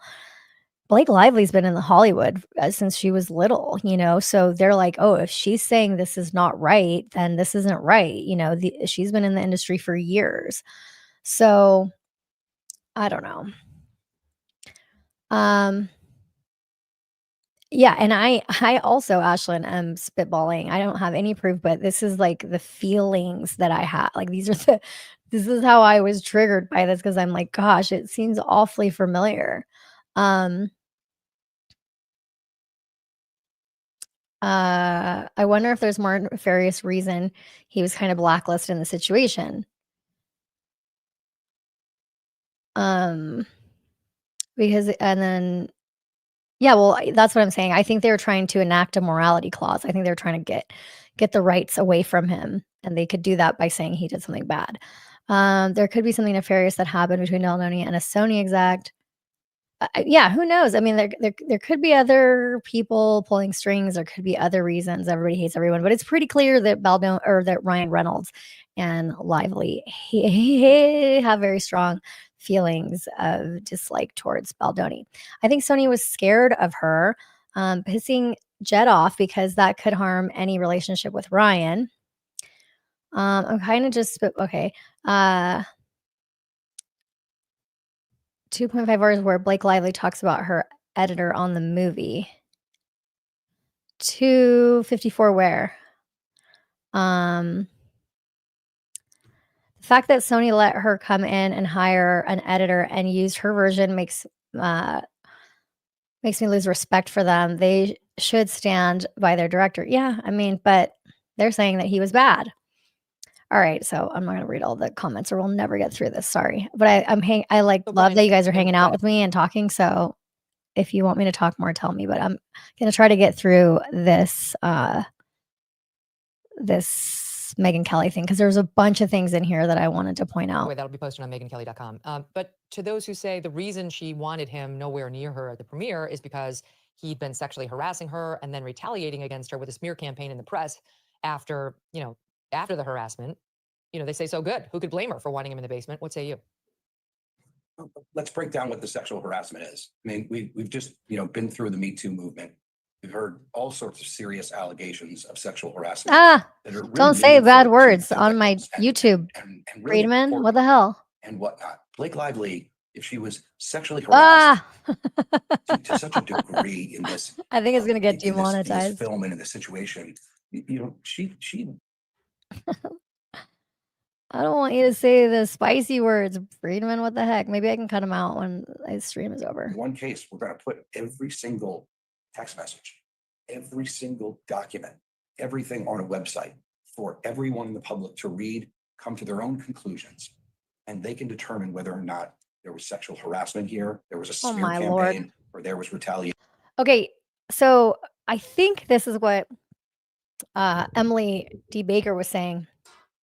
After Friedman put some text messages in the New York Times complaint, they had to refile it without some of those messages, because reporters have reporters privilege, or something like that. I forget what it was called. It's like a reporter's privilege. So basically, like, if you're a media outlet, all your text messages can be like private. Like, they don't all have to come out. Like, a judge has to say if they're 100% necessary. And so, like, this is a protection that like journalists have, and it's annoying because a lot of people can constitute as journalists now. Like, even I could, right? So we could say like, oh, if you're like a citizen journalist, that you don't have to divulge your sources. This is the protections that media has, and that's why anyway he had to, I think, redact some of the text messages. So I don't think he can put everything out. Like with I think there was some messages with like TMZ that he had to not put in there or something like that, or black out. I don't know, because TMZ is technically protected as a journalist. So anyway. Oh no, my mouse. Good grief. Because we have proof and receipts that absolutely and unequivocally show this is not true. All right, let's go through some of them, because what she alleges in her complaint is that there was a twofold plan. This is Blake Lively's allegation that aimed to both A, conceal the pattern of harassment and other misconduct by Mr. Baldoni, his partner, Mr. Heath, and their company Wayfarer, and B, retaliate against Ms. Lively by battering her image, harming her businesses, and causing her and her family severe emotional harm. To me, as an attorney, I separate those out, because to conceal the alleged pattern of harassment to which he's referring and other misconduct by Baldoni, Heath, and Wayfarer, to me, Brian, you tell me, but I feel like that's fine. Let's assume he did do the harassment. I know you deny all that, but even if he did do the harassment, what's best for the film is definitely not to have that hitting Right. just as the film hits the big screen. I don't think there's a cause of action for concealing bad news about the star of the film. It's point B that could potentially spell legal trouble, which is Plus, that they then okay, here's the other thing, you guys. Blake Lively had to have known that sticking Baldoni in the basement was going to cause people to talk. Was that done intentionally so that she could, create this stuff and she thought it was going to go her way? I don't know. Maybe, right? allegedly retaliated against Blake Lively by orchestrating a smear campaign against her. And the reason they did it was because she raised sexual harassment complaints. Let's just Yeah, Veronica, I agree with you. But like when I sued the New York Times, they were like, no, you don't get to see all this stuff. Like there were stuff that were like protected, but for the media, and I couldn't see it. Only my lawyers could see it. It's just annoying. I don't know. I like free speech, but I don't like fighting with the media focus over on defamation. number two for now. Is it a problem in your mind? Like, Yep. if you've got This is somebody on the true. show, on the movie, who's alleged sexual harassment, and then when the movie hits, she directly or through her PR person leaks that, starts generating PR to make the movie look bad, to make the co-star look bad. I was a poor victim, he was a cad, and leaks all this. Is it necessarily retaliatory for the person being accused to say, A, no, I didn't, and B, this person should not be trusted. This person is not a good person, right? I just don't understand legally the difference, because you're not allowed to retaliate, to punish somebody in Yeah. essence for accusing in this way. But also, if it's false, does a man have the right to come out and say, don't believe her, this is a bad person, either directly or through PR people?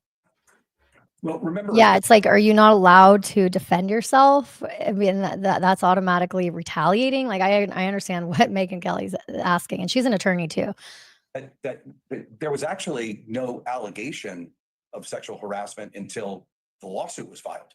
I mean, that's when the allegations of sexual harassment came up. They didn't come up before them.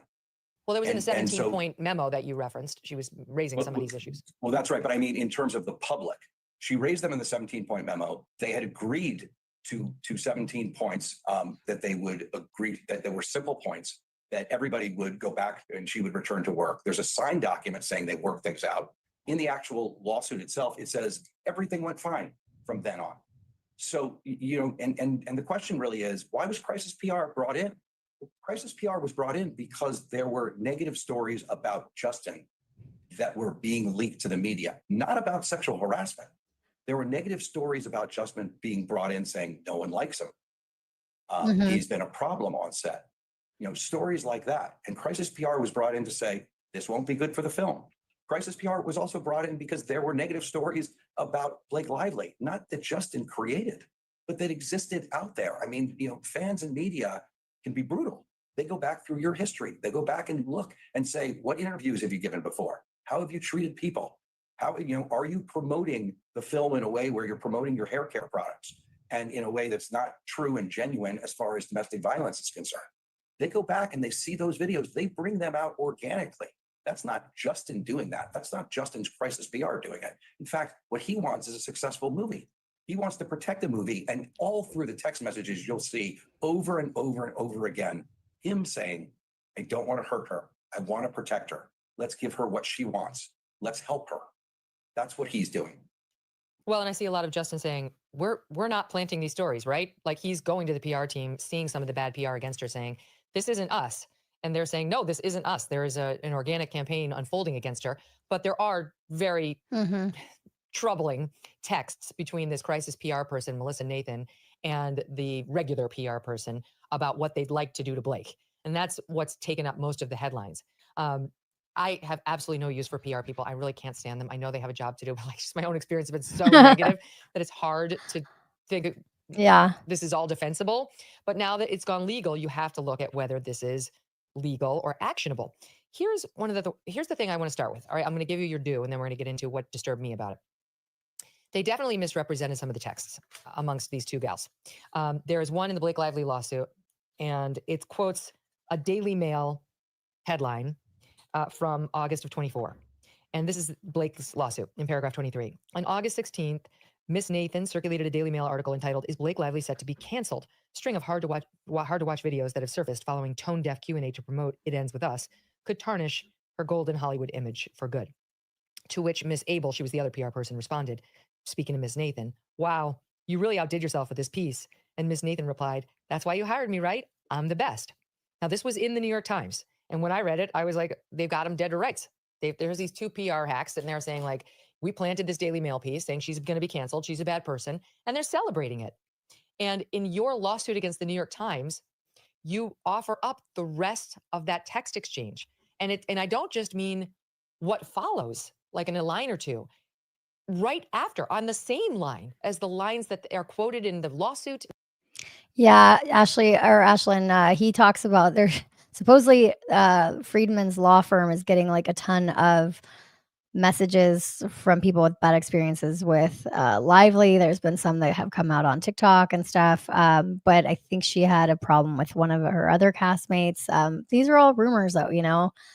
It's like totally unconfirmed. I'm not friends with them, although I do have friends, very trusted friends in the industry who I respect and really like, who have told me that Baldoni is an absolute gem, and that they were so grateful when I spoke out in sort of in his defense, or, "Hey guys, wait till you hear the whole story," around Christmas. So that also made me feel a bit better, knowing that I was, giving both sides, and that people in my realm that are good people said, "Hey, he's a great person and he's never done anything like this." In the complaint and in the Times, there is, for example, the sarcasm emoji, and more importantly, an explicit denial by Melissa Nathan as she writes this that it wasn't her. So what the full text exchange that you've offered now shows is Jen Abel saying to Melissa, "Wow, you really outdid yourself with this piece,"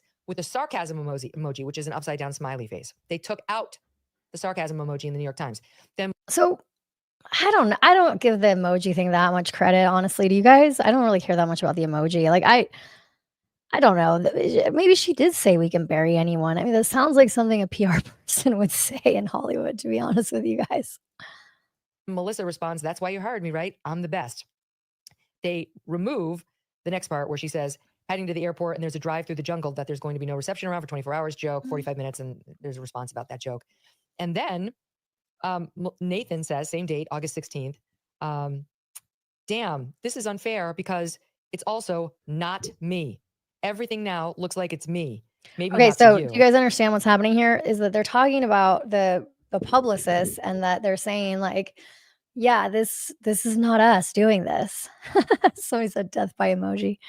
Yeah. And Jen Abel responds, "No, it totally does look like his side, but they are saying to one another, but it's not us." So, I mean, the full context and text, Brian, of the full exchange shows these two PR agents saying, "She's getting hit. I know you think it's me. It's not me." It's You actually guys, worse I'm than that. so because the thirsty. first I'm gonna text go in get that something whole to drink. I'll be chain right back. is a reporter I'll let this play. who is saying to Melissa Nathan, is showing her the article for the first time. You can tell that this is the first time that Melissa Nathan sees the article. She says, "What? Blake Lively could Blake Lively be canceled?" I mean, she's seeing it for the first time and saying, "Wow. I mean, this looks like it's me, but this is not me." And you can tell that this is the first time Melissa Nathan has learned about this. She forwards that piece with the reporter to Jen Abel. So Jen Abel knows that Melissa Nathan is learning about it for the first time. She knows she's saying, "This isn't me." She knows that she doesn't want this to be her, and that's not what they're trying to do. And she sends it to Jen Abel, and Jen Abel looks at it and makes a joke, and with an upside down emoji that's sarcasm. They remove the emoji They removed the piece about the reporter showing that Melissa saw it for the first time then, and obviously couldn't be a part of it. And they removed the rest of the text messages showing that they're joking around.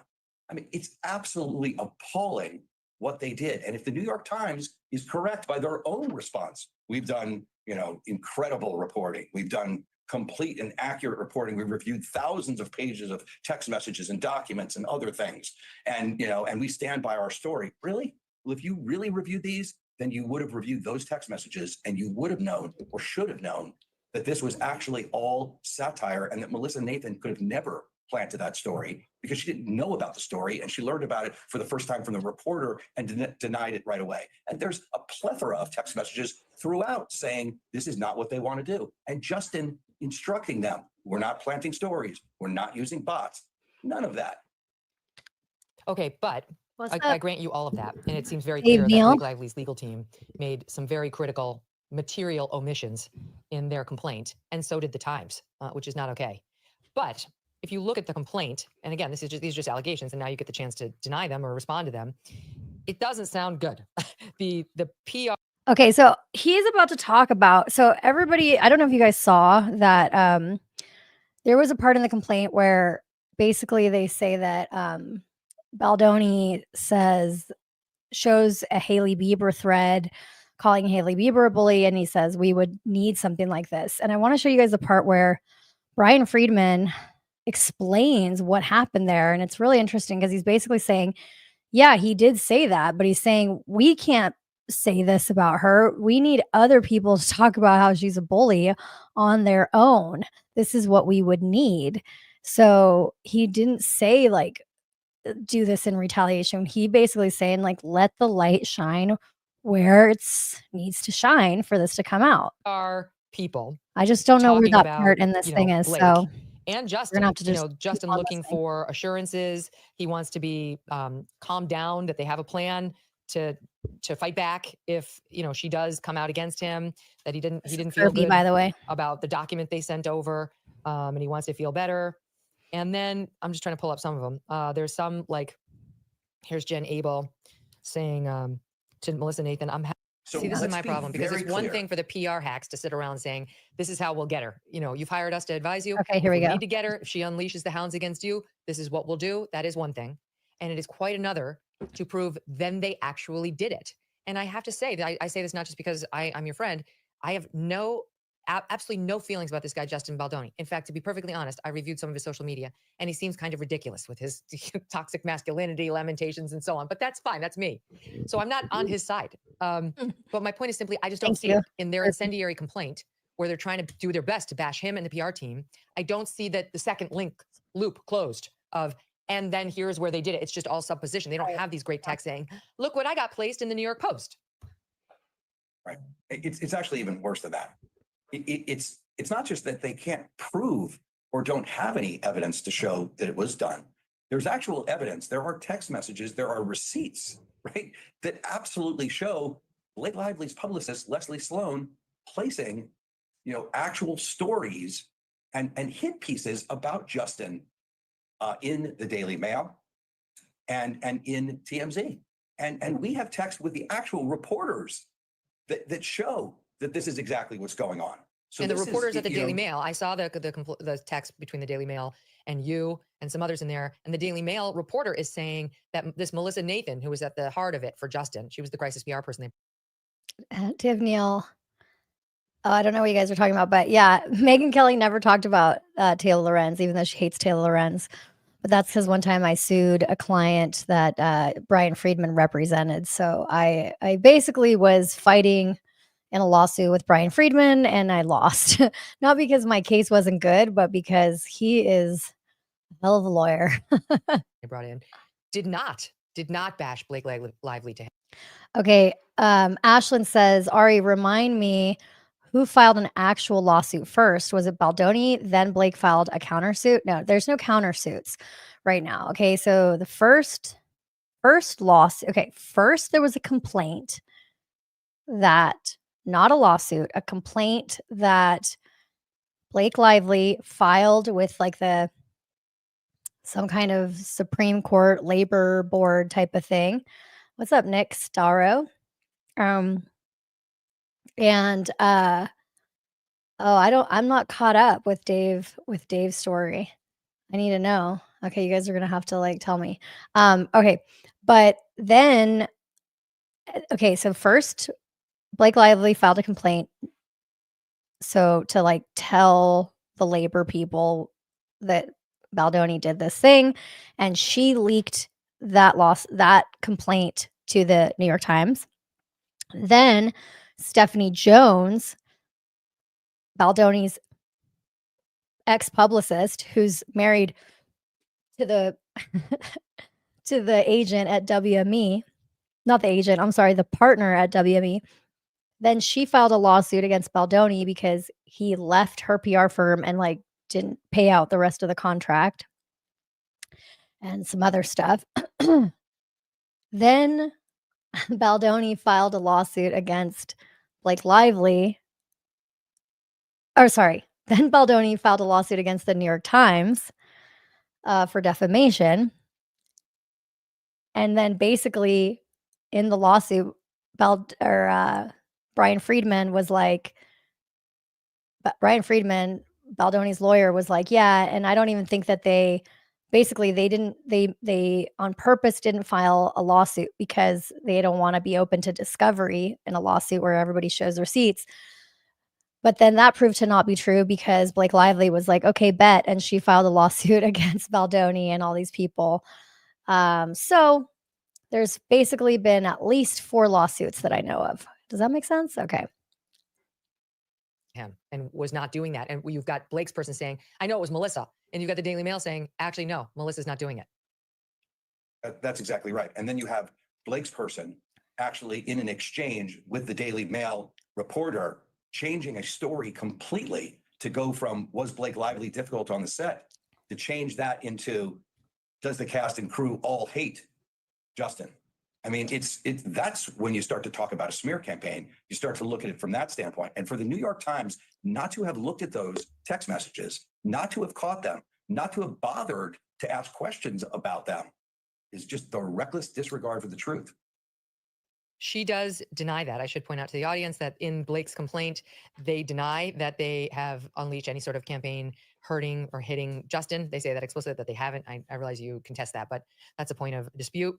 I did find the Justin Baldoni text to which I was referring earlier. Let me just read it. It's him. Let's see, expressing concerns that the PR people's written plan was insufficiently aggressive to, quote, protect him. That's what Blake Lively's alleging. And they include a screen grab of a text in which he says to said team, morning, not in love with the document they sent, not sure I'm feeling the protection I felt on the call. And then it's this next text exchange that's made all the papers. In response, the 2 PR ladies start discussing that message from Justin, which was to one of them. So Jennifer Abel says to Melissa Nathan, the crisis gal, okay, blah, blah, blah. I'm going to confidentially send you something. He's texting me and Jamie on the side just to arm you before this call. Yeah, Teresa, we'll get into that. And show the strength of what you guys can do in these scenarios. He wants to feel I'm going to star like this. she can be buried. Then Melissa responds to Jennifer, of course, but you know, when we send over documents, we can't send over the work we would or could do because that could get us in a lot of trouble. We can't write it down to him. We can't write, we will destroy her. We will go to this. We will do this. We will do that. We will do this. He has to look at it as an information document for us to be armed with. That's all. Imagine if a document saying all the things that he wants ends up in the wrong hands. You know, we can bury anyone, but I can't write that to him. I will. I'll be very tough.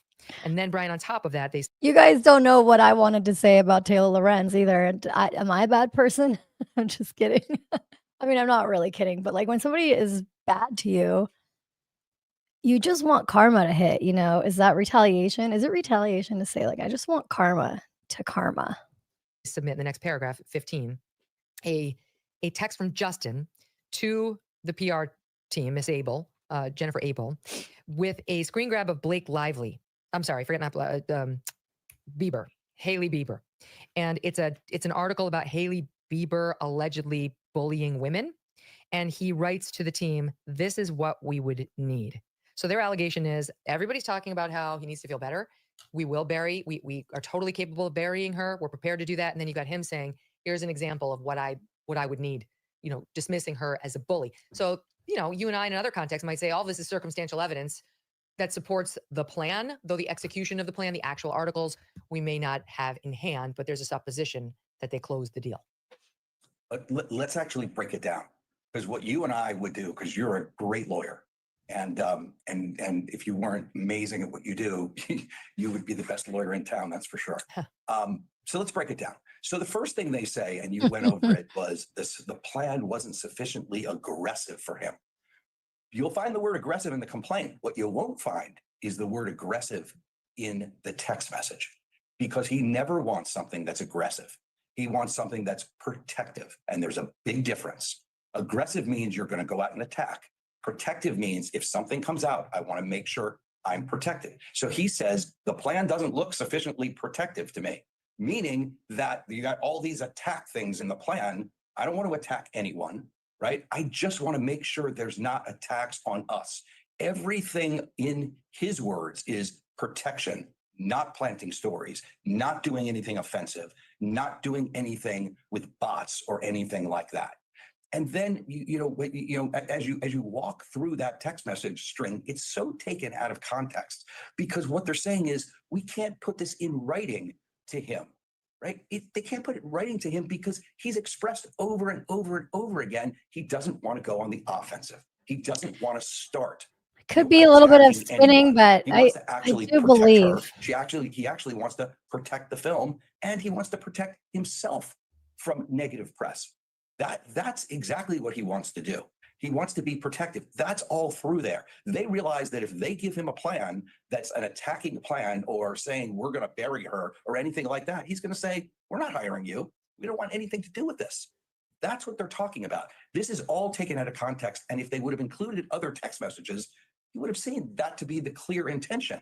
It's easy to pluck and and cherry pick certain text messages that say certain things, but this is nothing of the sort. And let's talk about the Hailey Bieber text, right? What he's talking Here we about go. is, Here we this is go. what This we is what I need. wanted to show you guys. We don't need to do this.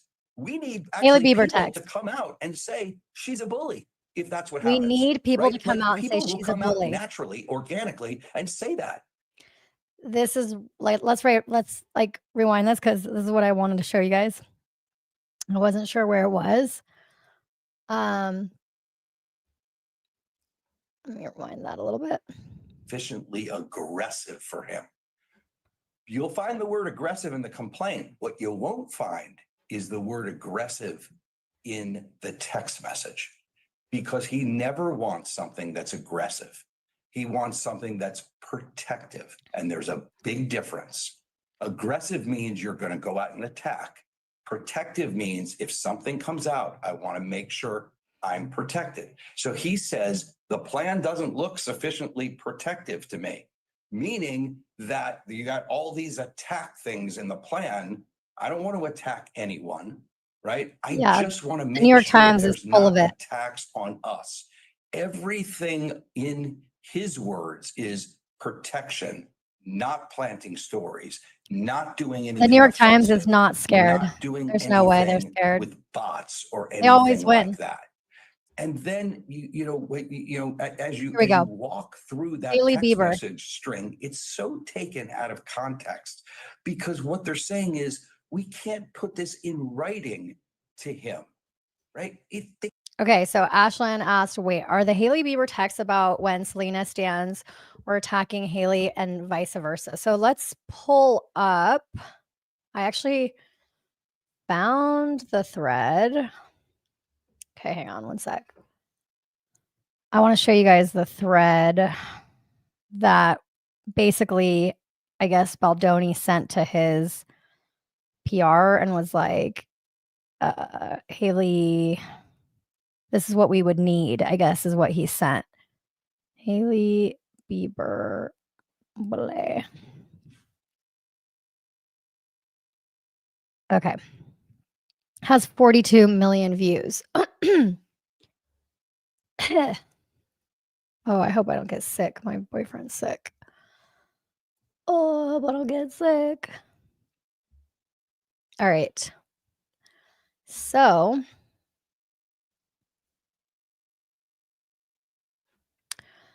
Hailey Bieber's history of bullying many women, not just Selena Gomez, throughout the years, a thread. Shading shading Halsey by saying, shading Halsey by saying, can you change the station while her song is playing, and posting it on social media. When someone posted Justin and Sophia Richie's pics while they were dating on Instagram, she commented this. When Justin bullied Taylor on Instagram and then posted a gaslighting apology, she commented, gentlemen. The way they ate them up, liking a post about smacking Taylor Swift, commenting this on a picture with Justin and Selena. Okay, so it's basically all the times that Hailey Bieber was a mean girl. So he was saying, this is what we would need. I mean, does everybody understand what he wanted? He wanted somebody to gather up all the times that, but like, how is that retaliatory? I mean, it's like none of this stuff is fake. It's like these are true things. Hang on. My dog wants to go out.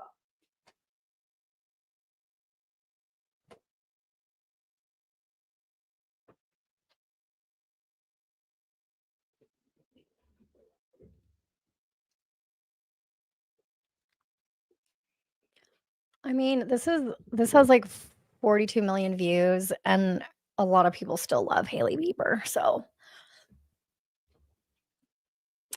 I mean, isn't that a point too, that like a thread like this doesn't ruin your career?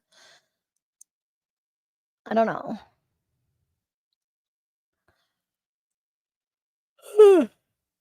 Okay. Oh, I hope.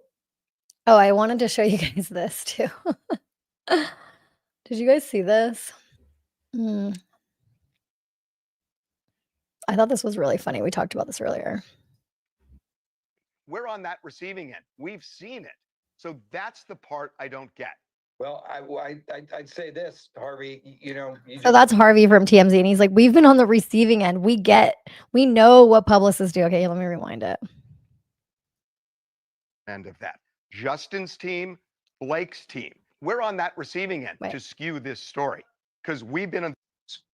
And it's all right there for everyone to see. Both sides tried to skew this story because we've been on the recipient end of that. Justin's team, Blake's team. We're on that receiving end. We've seen it.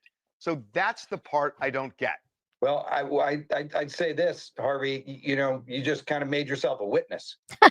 So what I would say is say well, that's okay. I'm okay with that because I could talk about things that Blake's team did to him and things that Justin's team did to Blake. And I could talk about both. You might be an expert witness, actually. And because you've been doing it for so long. Because it sounds like something that we've seen. We have seen. For 19 years, Brian, that publicists, that's what they do. They create smear campaigns. Yeah. Is that what they do? They do. I mean, Brian, that doesn't mean we buy it, but yes. And it's happened on both sides in the Blake Lively, Justin Baldoni war. Both sides. So that's good to know. But we'll see what the documents actually say, because that's what we have are documents. Documents actually don't lie. People do. And it's important that everyone sees all of the documents that are involved in the case, because there are people that have been destroyed as a result of the allegations that have been made so far in this case. Okay, so somebody said,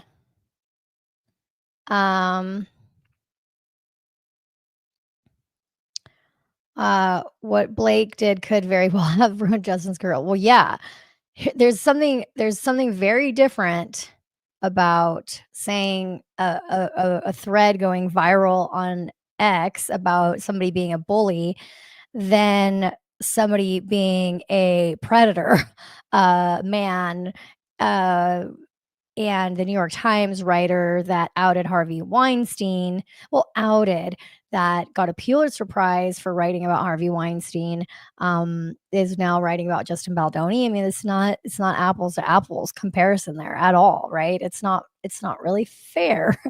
And here's the other thing. Okay, I don't trust Megyn Toohey from the New York Times. I don't care that she has a Pulitzer Prize award. Okay, I'm friendly with Rose McGowan. I think Rose McGowan got absolutely destroyed by Harvey Weinstein. You guys, he had spies that were going into her women's group of other women that had been damaged by him. And he had spies going in there to figure out what she was going to say about him. Listen, Rose McGowan was the one that stood up to Harvey Weinstein. She sued him and then she gave away the money. And basically, Megyn Toohey and then they reported on it and they got Pulitzer Prize and they did a movie and they didn't even pay Rose to be her, like, play herself in the movie. I think they got another actress to play herself, but they didn't even put Rose in it and they didn't want to pay her. Like, it just pisses me off. Okay. And Rose doesn't like those girls, doesn't like those reporters. I know that those reporters are like, oh, you know, Rose is great. But anyway, do your homework on Rose McGowan. What I'm just trying to say here is that just because somebody wrote an article about Harvey Weinstein doesn't mean that they are the end all be all of everything Me Too. Okay. It's just not, it's not right to do that kind of association. Look, I don't have anything against Megyn Toohey. I just know that my friend doesn't like them and that they took a lot of credit that they shouldn't have taken. I think they should have given way more flowers to Rose McGowan.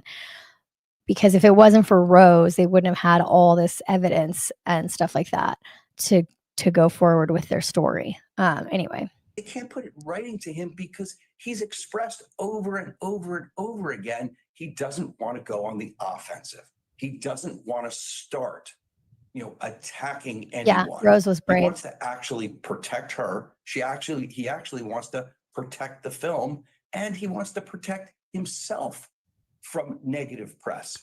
That's By the way, you guys, I do consulting for business owners on their social media, and it's like, Friedman, who set your desk up for you? This is a hot mess. Can we help, please? Can we get a regular mic? Why do you have AirPods in? I just have so many questions. Okay. exactly what he wants to do. He wants to be protective. That's all through there. They realize that if they give him a plan that's an attacking plan or saying we're going to bury her or anything like that, he's going to say, we're not hiring you. We don't want anything to do with this. That's what they're talking about. This is all taken out of context. And if they would have included other text messages, you would have seen he's a that to sneaky be the guy. clear Yeah. intention.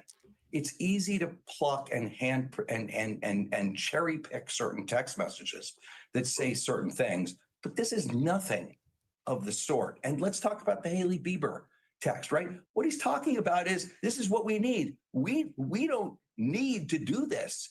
We need actually people to come out and say she's a bully if that's what happens, right? Like people will come out naturally, organically, and say that.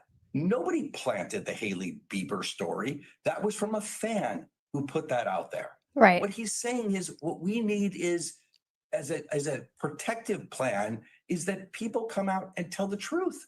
And if Blake Lively is a bully, that they're going to come out and say that. That's what he wants as a plan, not to plant stories or anything else. As a matter of fact, that's belied by all of the texts that he's sent, right? He Well, so doesn't this want goes to back bury to my anyone. this goes back to my early on question, which is it retaliation if somebody who's accused you of sexual harassment or acts that she finds unacceptable on a set, if you deny them but say, okay, I'll implement your reforms, and then she through a PR person later comes out and starts Right. hitting you publicly in the press, is it retaliation as a legal matter for you directly or through your PR agents to say she's a bully, this is a bad person? Like, I'm not sure it is. If you are doing it to punish somebody for the sexual harassment allegations, that's one thing.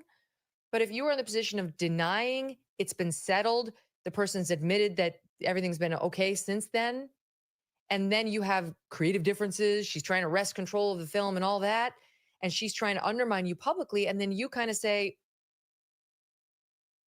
you're kind of an asshole. I don't know that that's even legally retaliatory. It's actually not retaliatory. It's actually, it's called providing a defense. It's called like the United States of America. Apparently, some people think they can just make any allegation they want, and you can't say, no, that's not true. And you can't say, no, that's not what happened. But there's no public allegation at that time that he's engaged in any type of sexual harassment.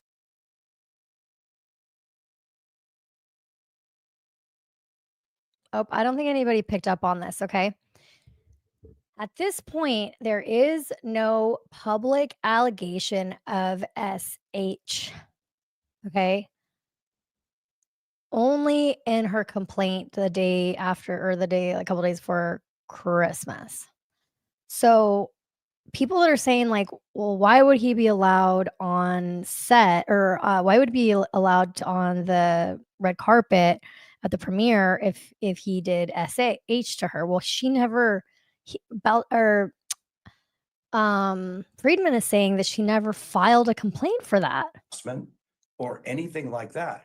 So this whole idea of the smear campaign has nothing to do with that. It has to do with the protection from whatever she is going to say about him. And in fact, she used all of this to take over the film. And what he's complaining about, frankly, is sitting there having, as a director, having a film taken away from him, having editors who are real human beings, right? Who like have lives. Not being able to see the actual film, Like have lives, at the premiere. Even at the premiere, they're That's going to see the muted. film they edited for the first time because she took over the editing, right? These are the things that are being. Okay, in the lawsuit she filed, she alleges SH, yes, but she didn't allege it while they were on set at the premiere.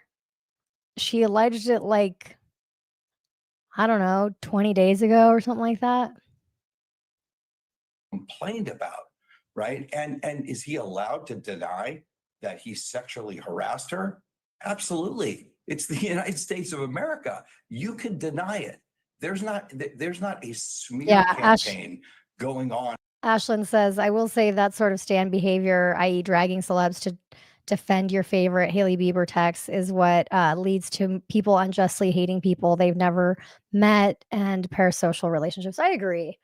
Yeah, I mean, it's like, but it's also like so juvenile. And if like maybe that was like, he just, listen, if a man is being accused of what Baldoni was being accused of in Hollywood, like that's career ending. So he's just thinking like, well, how can I defend myself?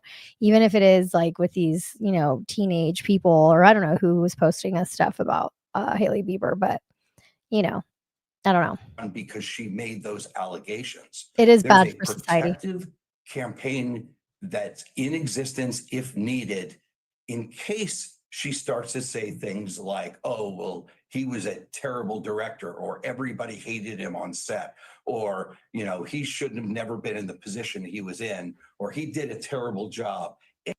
Okay, yeah, exactly. Big Z, you said, yeah, I see it. Her camp is arguing that they foregone formal HR process and instead had the list of demands. Yeah, but they should have done the HR process, in my opinion, because then they could say, okay, but then, even though they had the list of demands, like he didn't break them after they signed that. So that's also what I don't understand. He didn't sign, okay, yeah, I'm not going to do this stuff that I never said that I did, and I'm going to stay away from you because I'm a villain or whatever. I'm a terrible human. Like he didn't say that, but that's basically, they pushed him along the path they wanted him to go, in my opinion. Anything that was negative like that, or the film wasn't proper or appropriate, or even bring your florals, bring your friends, like we're going to do a domestic violence, right? We're going to a domestic violence movie, and she wants to turn it into a Barbie set. So like those are the things she did want it to be like Barbie. He wants to protect her, frankly, even from her own, kind of lack of social proper graces in knowing what this film is about and not turning it into a sideshow that it's some party. There's a message here. He always cared about the message. He wanted to protect the domestic violence victims and that community. And that's who he is as a person, and that's who he is as a filmmaker. And at the end of the day, he was willing to give up all of these rights to her because of her threats and because he thought the message was more important than his own, frankly, his own. Okay, here's one for the Blake Lively fans, so you guys don't think I'm being unfair. All right. Hang on a second. Here is another actor from this movie. His name's Hassan Minhaj. He's a comedian. In fact, when on Christmas, he was still following Baldoni. And sometime from now or from Christmas till now, he unfollowed Baldoni. I have the screenshot proof that he followed him because I screenshotted it that he was following him. And I thought that Hassan was going to be on Justin's side because he's experienced cancel culture. But nope. Hassan, you disappointed me. You went along with the crowd. But here is one for Blake Lively, because Hassan Minhaj posts on the It Ends With Movie official page.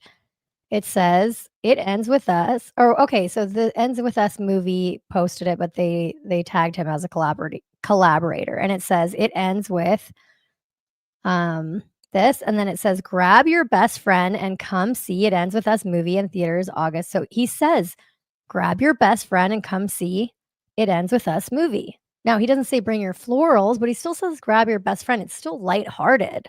And I think this interview is lighthearted. Let's see. Jenny Slate from the upcoming book-to-film adaptation, It Ends With Us, and I'm here with my co-star and on-screen hubby, Hassan Minhaj, to play It Ends With, where we try to guess the last lines of famous books. We're basically testing how well we were educated. Shout out to the Davis public school system. We'll see how good it was. Are you ready? I'm ready. So we beat on, boats against the current, borne back ceaselessly into the past.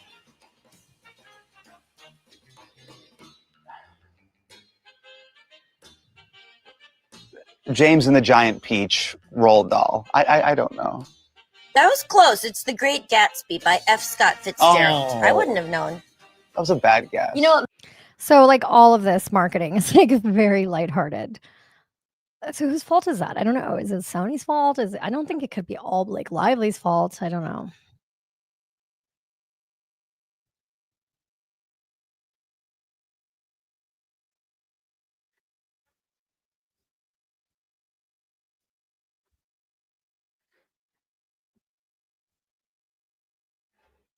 All right. What's best for the movie is that I suck it up and I let her in. They point out in this text exchange, one of the editors, that she's been getting what she wants for this entire movie. That's what Justin responds. The Wow. editor says, "I want Blake to feel like she's getting what she wants so we can move on from this need of hers." He responds, "She's been getting what she wants the entire movie."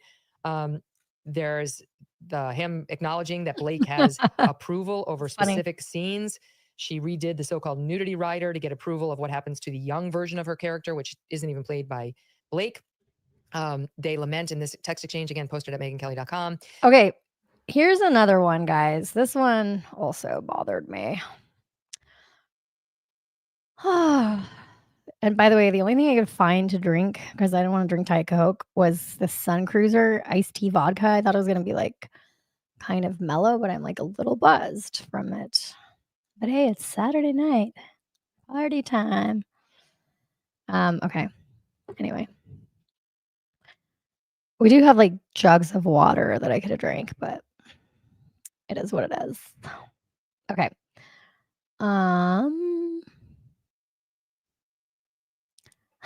Drink 2 more. Yeah, then I'll be real spicy. Okay. So Blake Lively's, okay, this is what I want to show you guys. Blake Lively's lawsuit. This is another, like all my posts on X did really well about this. I guess people are interested in this. Blake Lively's lawsuit accuses Justin Baldoni of adding explicit scenes without her approval, including a virginity scene involving the underage version of her character. But the actress playing young Lily Bloom was 23 years old, and Baldoni was the director and producer. It's his movie. Okay, so let's read Lively's complaint. This is also, it's like, why do you include this stuff? Like, if you want to be taken seriously, why are you including this stuff? Okay, this is in Lively's lawsuit. After Miss Lively signed onto the movie based on a draft of the script, Mr. Baldoni, without Miss Lively's knowledge or consent, personally added spicy content, including a scene in which Miss Lively was to on camera. Okay. Let me just show you guys something. Because this was like, I was blown away by this. Couldn't believe it. I thought Blake Lively was like this little innocent flower.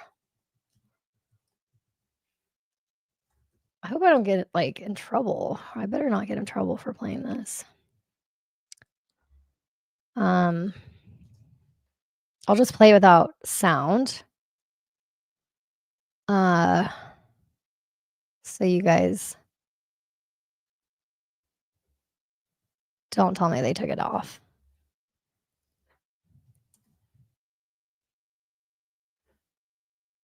Oh my gosh, if they took it off, I'll die. Oh wait, no, they didn't. Hang on one sec. Okay, here we go.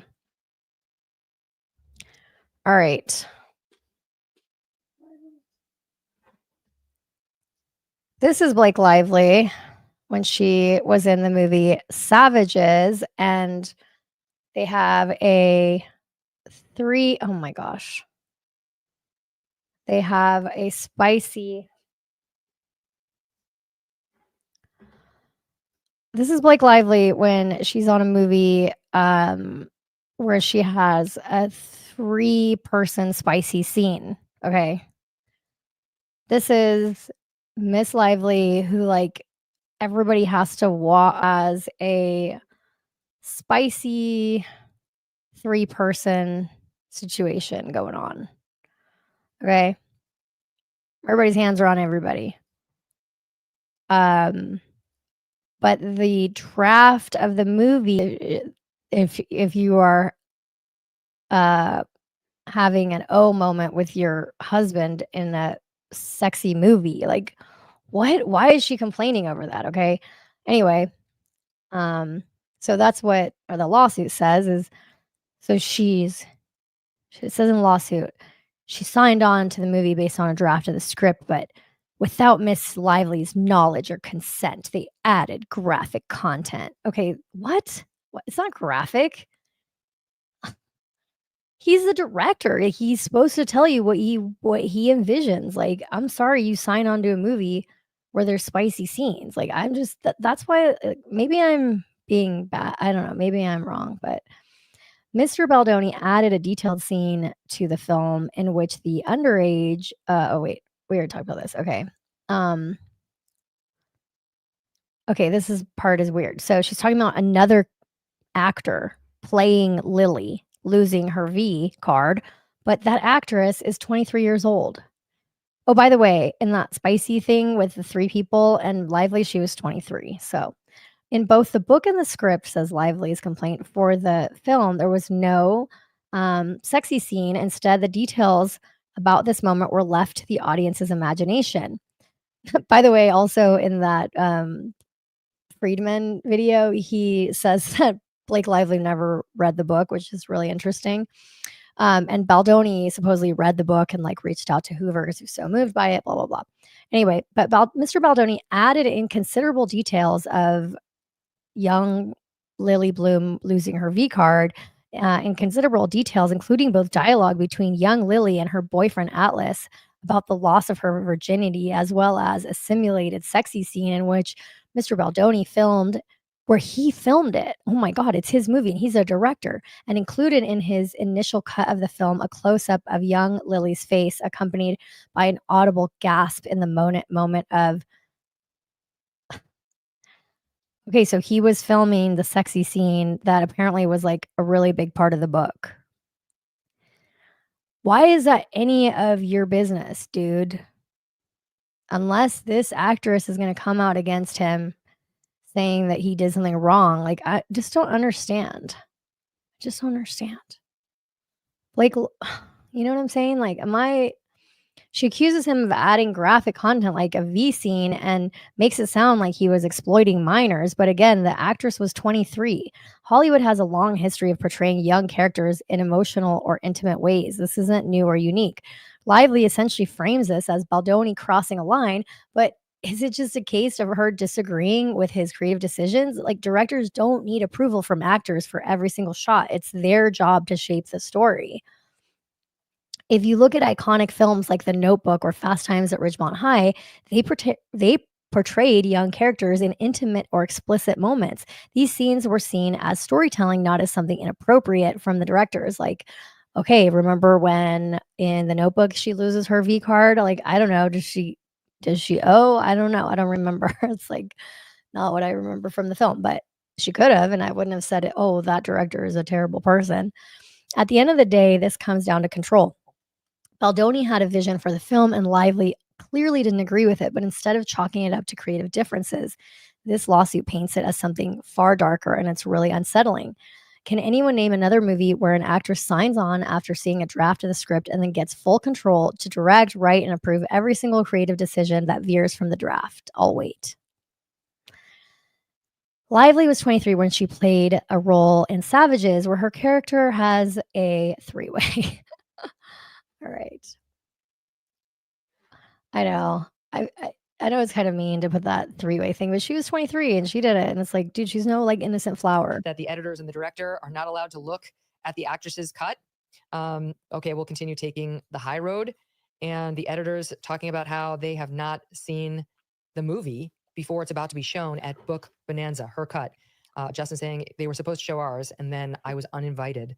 The whole thing's pretty cruel and intense. Now, this is the other side of the story. I want the audience to understand. This is not, we're not taking a position here on who's right and who's wrong and what's out there, but all you've been hearing is what a cad this guy is. He's been canceled, dumped by his agent. Agents are disgusting. Yeah, I've seen the movie. William Morris Endeavor. He had some award taken away from him. Just remember that Lively's cut was the one that made it into the movie. He didn't get to show his director's cut. He didn't get to see the movie before it premiered, before it came out. Maybe he will get to now sell his version of the movie. I don't know, but I bet you anything Blake Lively is trying to get control of that version so that he can't post it. In the past for women, and he's doing a domestic violence movie, and every single newspaper has got him out there as like a Harvey Weinstein type, for God's sake. This is the other side of the story, and there's more to it. Up next, we're going to talk about what did happen in the press with respect to Blake Lively over the summer, and was his team behind anything? I know. Okay, we're going to go through some of the examples. What's your resolution this year? How about looking 10, 15, even 20 years? You're going to have to wait and see. It's coming up soon, but it's all. Section is 24/7 monitoring, and TitleLock.com, he says, and put them in their paper without suit against the New York Times for what he says is their irresponsible false reporting, where they just took Blake Lively's allegations, he says, and put them in their paper without context and without checking to see whether they were in fact true and accurate. By the way, are you going to sue or are you going to sue Blake Lively too? Into oblivion, Megyn. Oh, into oblivion. He's going to sue her. This lawsuit. Oh boy. Well, for what? I bet you anything that Lively's side, I think they're saying that him saying this is more proof of retaliation, that he's saying, I'm going to sue her into oblivion, that is also retaliation. But I don't think that, I don't know how it works, guys, but you never know. You can get anything by people in Hollywood. I'm just going to tell you, you're going to have to wait and see. It's coming up soon, but it's all going to be based on evidence. It's not going to be just a lawsuit. It's going to be like the kind of lawsuit that is full of evidence, admissions, documents, which prove exactly what He loves she saying did receipts. Is he going to say and how she receipts? bullied her way through the process to take over the movie and used her PR people to try and destroy Justin. And that's what it's going to be, essentially about. But there will be a number of causes of action. There's a number of different defendants here. Stephanie Jones will be all over this complaint. That is the PR agent who was supposed to be working for Justin Baldoni. Here's the thing, you guys, like these PR agents, they don't want to be in the news. Like, this is not good for Stephanie Jones. Stephanie Jones was was Jeff Bezos's PR person. Remember when like his spicy texts were leaked? I bet that's when she was hired.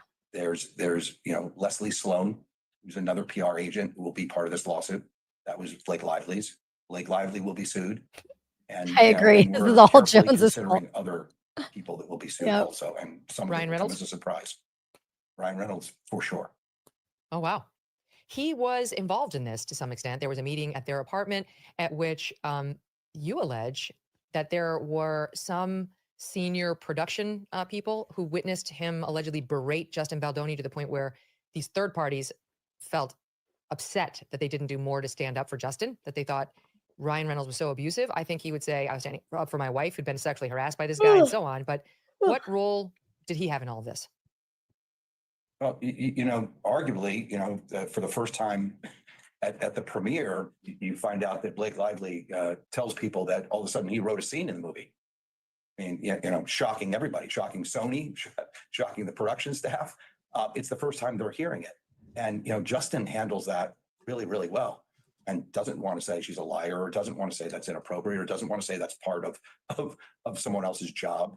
And he treats her very well about that.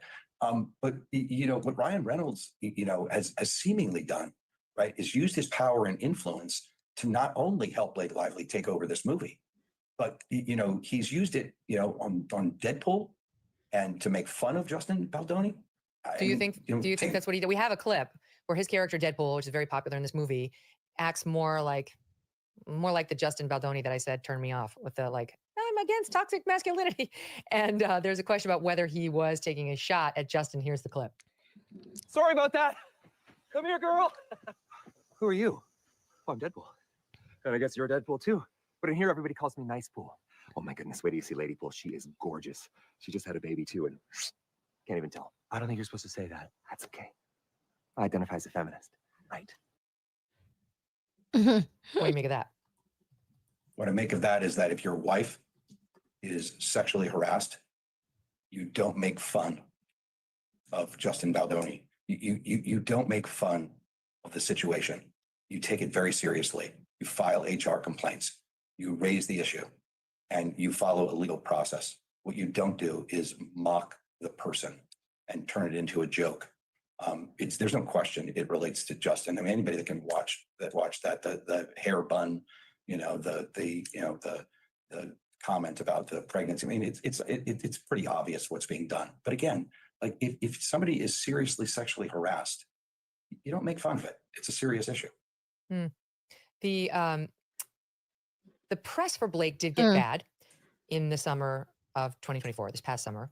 And the one clip that went everywhere involved a young I'm trying to find reporter this who one. was interviewing my understanding is Blake, we can't totally see it in this clip. Okay, so I'm trying, if anybody can find that clip, that deleted scenes clip, I'm trying to find it, where he says like, oh, I want to have a podcast, because Baldoni had this podcast. Also, I think Nice Pool gets in front of a flower shop or something like that. It's just weird. He was having a little too much fun with it when it's like, bro, like I thought this was like a serious thing happening. Okay, this might have been the worst. Like everybody saw a lot of everybody saw that, like, I mean, a lot of people saw that baby bump moment where Blake Lively. This was the one where I really didn't like it. I really didn't like this interview. And it kind of shows her true colors, I think, but you guys can tell me what you think.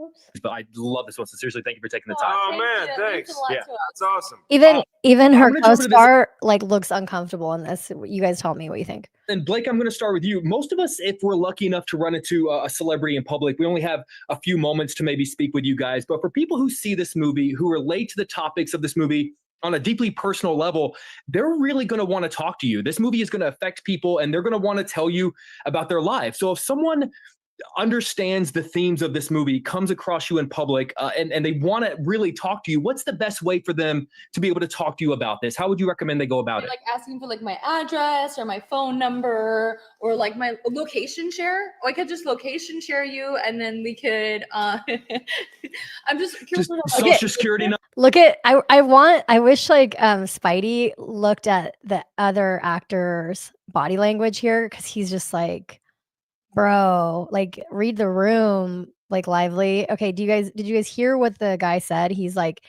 I'm gonna just rewind this because this clip is what made me really just think she was a brat.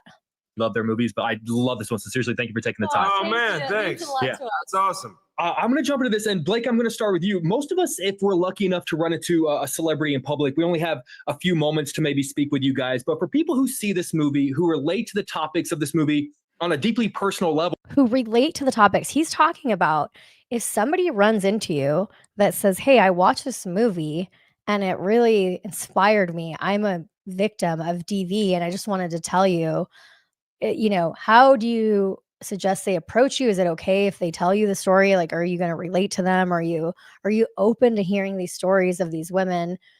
And then this is what she says. Well, they're really going to want to talk to you. This movie is going to affect people and they're going to want to tell you about their lives. So if someone understands the themes of this movie, comes across you in public, and they want to really talk to you, what's the best way for them to be able to talk to you about this? How would you recommend they go about it? like asking for like my address or my phone number or like my location share. Or I could just location share you and then we could Look at this guy. Look at the guy in the pink. Look at his facial expressions. It's wild. I'm just curious about social security number. I'm a Virgo, so I'm Yeah. like, are we talking logistics? Are we talking emotionally? Yeah, what's been beautiful about this movie is that, like, unfortunately, we all know at least someone, but we normally know like a lot more than some ones. We know some manys who have experienced this, and the beauty of this has been to see people and to see this movie alongside women who haven't experienced this. Thank goodness. Go, whoa! I fell in love. So, like, okay, maybe she was just trying to be funny. Like, maybe she just has a weird, awkward humor. And like, why is it allowed that she's allowed awkward humor? But you know what I'm saying? Like, but yeah, you could say like she's trying to be like Ryan Reynolds, where he's really funny, and like she's just not that funny. I don't know. I saw the red flags, but they didn't look red. They looked kind of fuchsia and cute. But like, I ignored them and I see why. And the story is told with such empathy. And if she didn't read the book, that really pisses me off. I don't know why it pisses me off. She does have really great shoes though. Somebody says she has red bottoms, but red bottoms literally destroy your feet. I don't know if anybody owns them. Like mine are in my background now because I can't wear them. They hurt so bad. Okay, wait, let me just show you guys. Actually, I don't know why we're getting on this topic. We're not, but I just want to show you guys because I can't wear them. So they're just part of my set and they're like $2,000 a pair.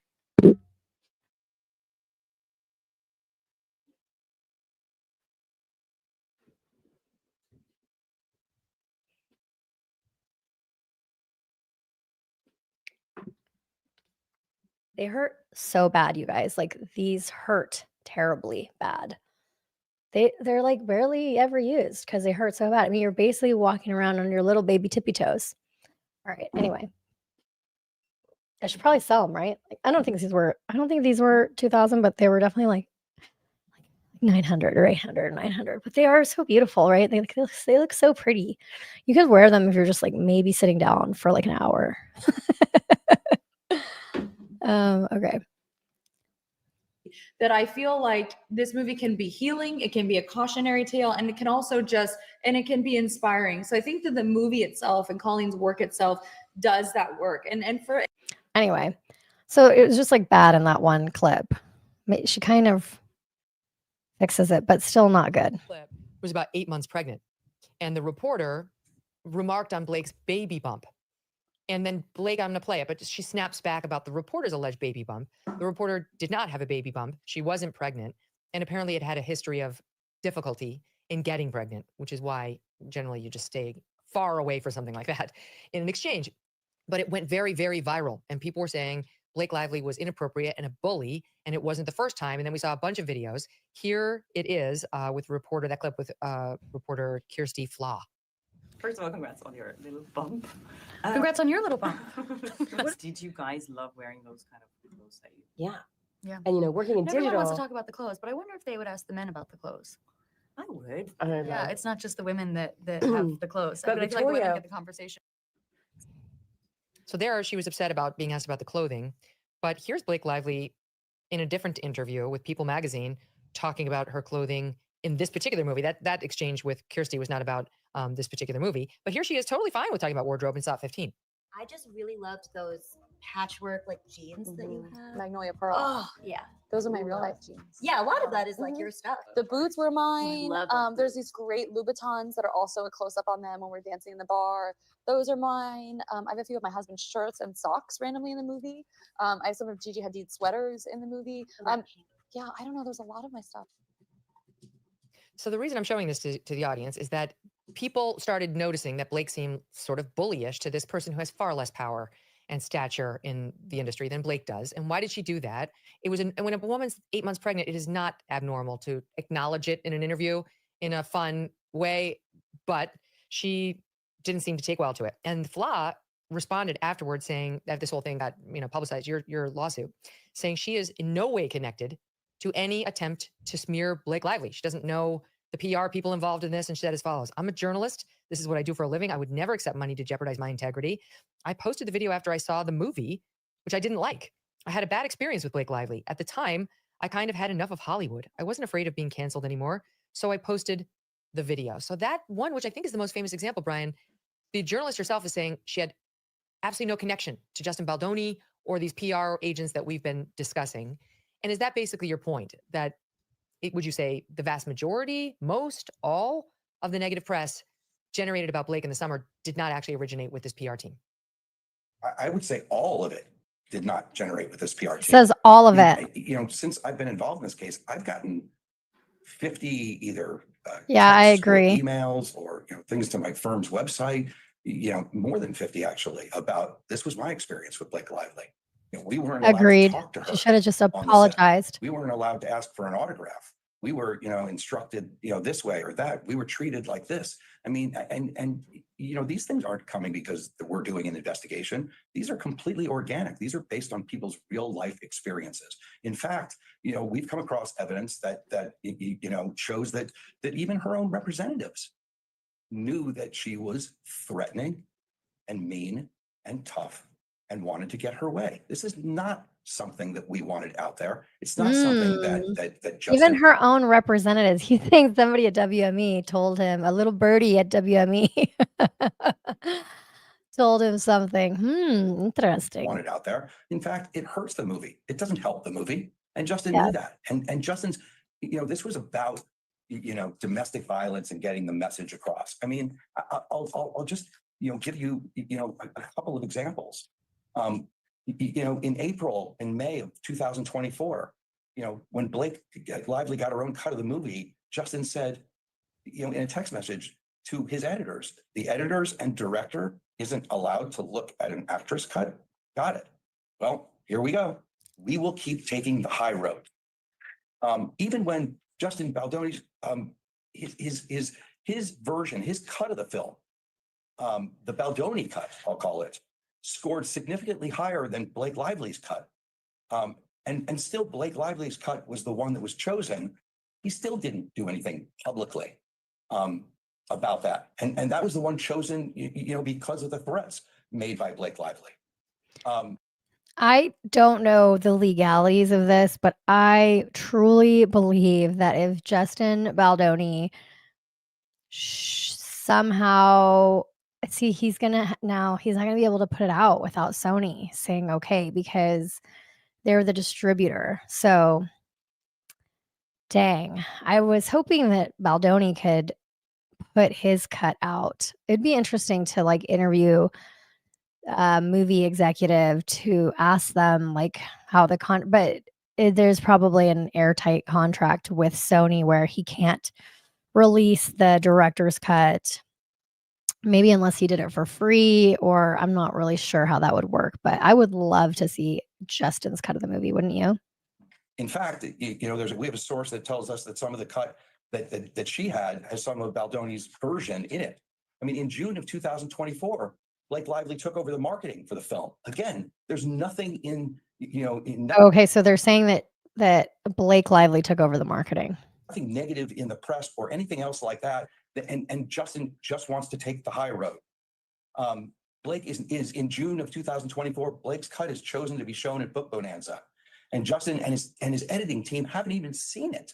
I mean, they haven't even seen it, and that's in a text message that they're not allowed to. Justin is shut out. He's getting notes as a studio, not as a director.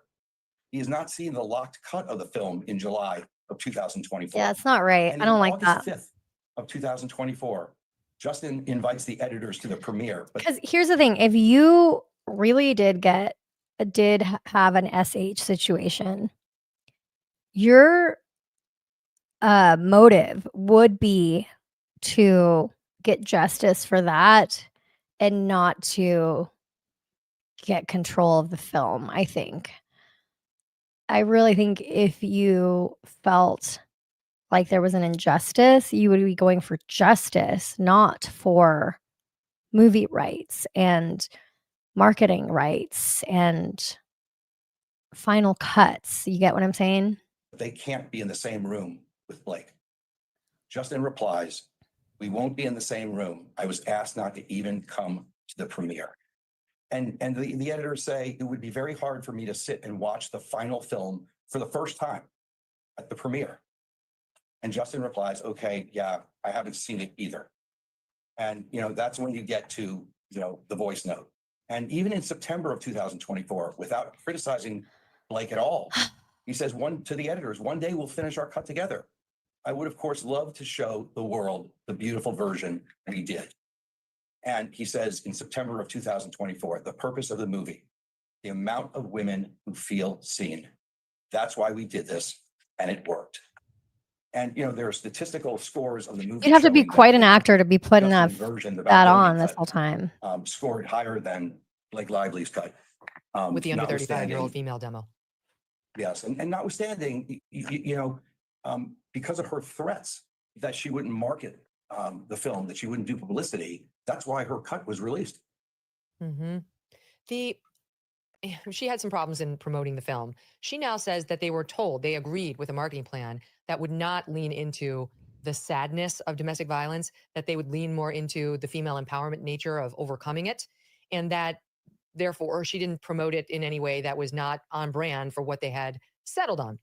When she promoted it, she also generated a new round of bad publicity for herself. And it's discussed amongst the PR agents saying, this wasn't us, this was her. Here's an example of Blake Lively being a bit too perhaps lighthearted in promoting a film about a very serious subject matter in SOT 13. And It Ends With Us is in theaters now. So grab your friends, wear your florals, and head out to see it. So if someone She wanted to promote it like understands the Barbie. themes of this movie, comes across you in public, and they want to really talk to you, what's the best way for them to be able to talk to you about this? How would you recommend they go about it? Like asking for like my address or my phone number or like my location share. Or I could just location share like you her shoes. and then we could So we're making the hot chocolate cookies that Atlas makes for young Lily in our movie It Ends With Us. You guys, we talked about our movie Not At All. Thanks for joining us. In theaters, August 9th. Yeah. That's a wrap, guys. We got it. So this is your point, Brian, that when she was out there talking about it, she seemed a bit too glib. She was flippant. I mean, the public's not stupid, right? They see this, and everybody is their own investigative journalist, and everybody has their own point of view. And the domestic violence community, I feel like, was outraged over it. And again, this wasn't something that Justin pointed to. Like it was something Justin wanted to help with, but he couldn't help with it because she had already taken over the marketing campaign. It was her marketing campaign at that point. Going back to sort of the underlying dispute between the two of them, because I think a lot of people may be wondering why. Yeah, Ashlyn's saying allegedly, but if he's saying this stuff, I don't know. I think that there's going to be documents, there's going to be emails, there's going to be text messages, there's going to be people working together, there's going to be receipts, as this guy Why would loves Blake to Lively say. work so hard to wrest control of this film away from him?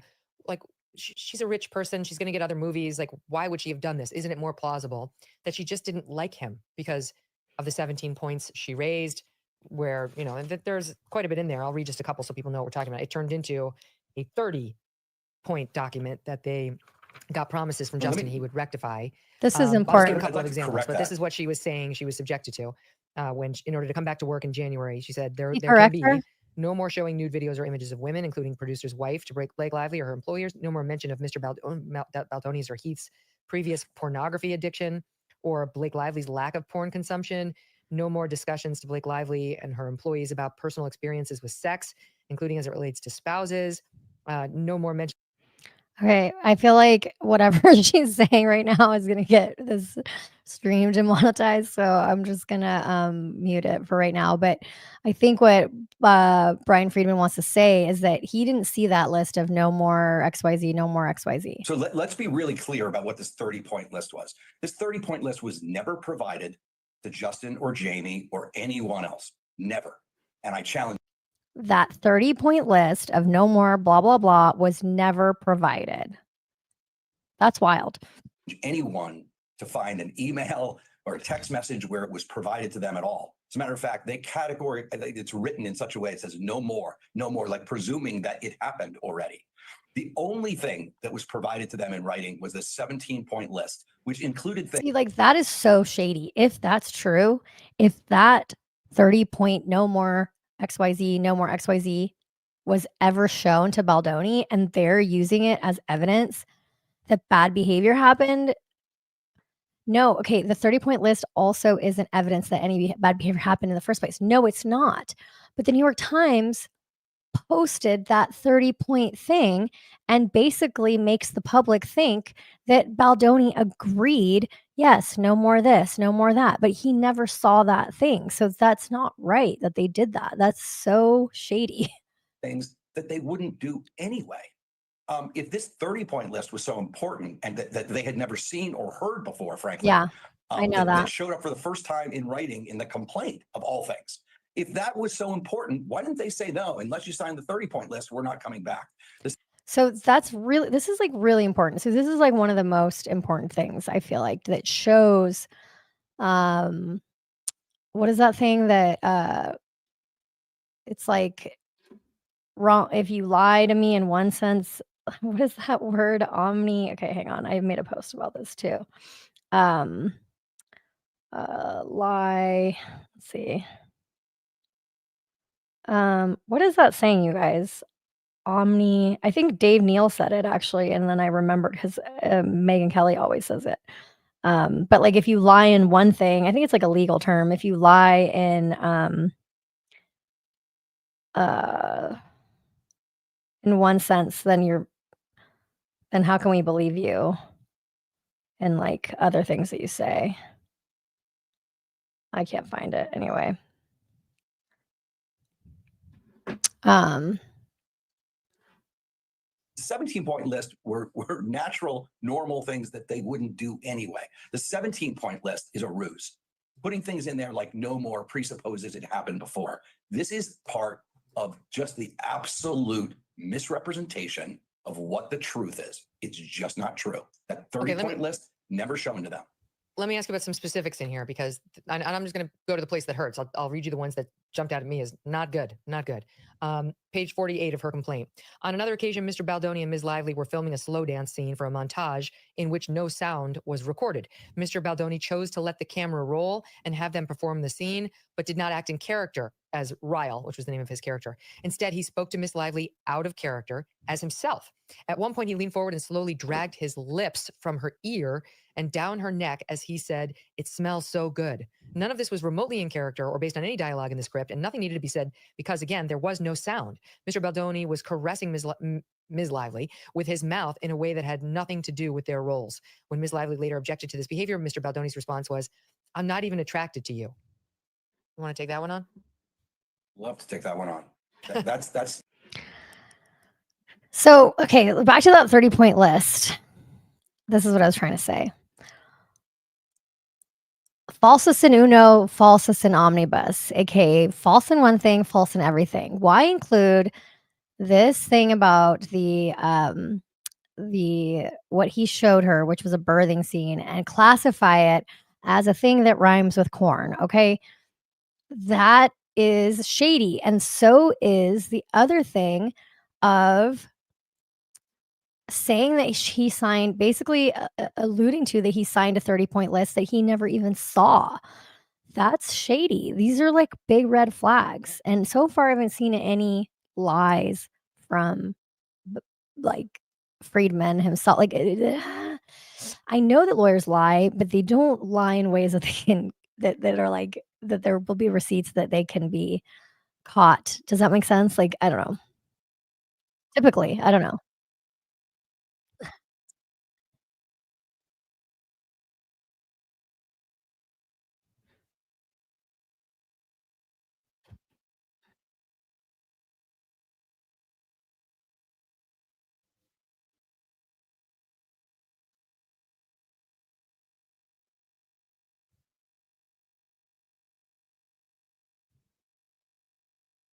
They definitely can twist.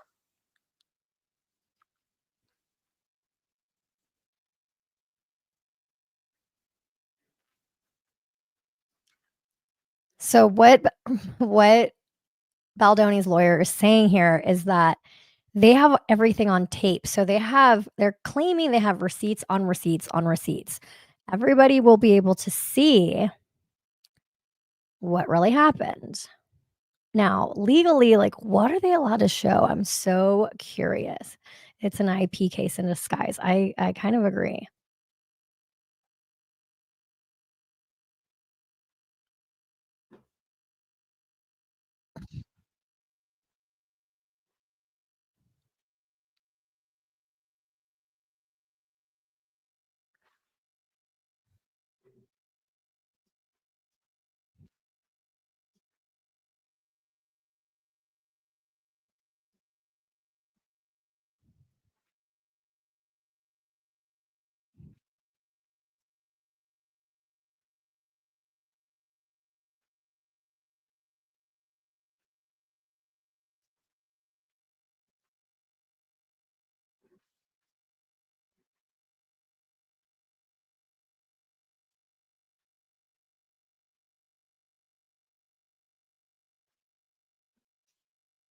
Another thing, like, to notice is, like, okay, maybe that is true, like, that the other lawyers wrote, but they could have who knows? Like, it could have you realize that if she was wearing a bathing suit or if she was wearing underwear, that it would have been the same thing, right? So to say, like, a small piece of fabric between her hoo-ha and, that could just mean, like, a piece of tape.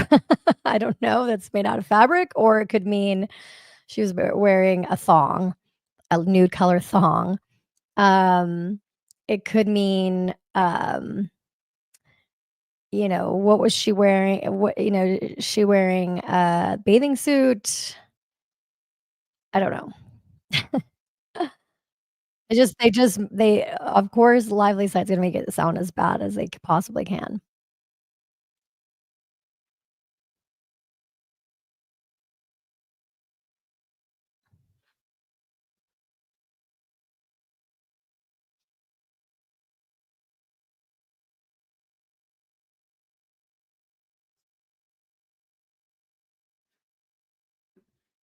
Okay, but who cares who he chose? It's his freaking movie, yo. It doesn't matter if it's his best friend. The guy that he chose went to UCLA and got his master's in acting. That is another bro, you're reaching. That is another reach. Does anybody agree that that's a reach? Like, okay, like maybe it could have been played by a smaller actor, but like he wanted his friend to play it. Maybe it's the only day the friend was available. I don't know. Why does it have to be nefarious? That's what I don't really understand. Like, how do we know it's nefarious? I don't know. I don't know.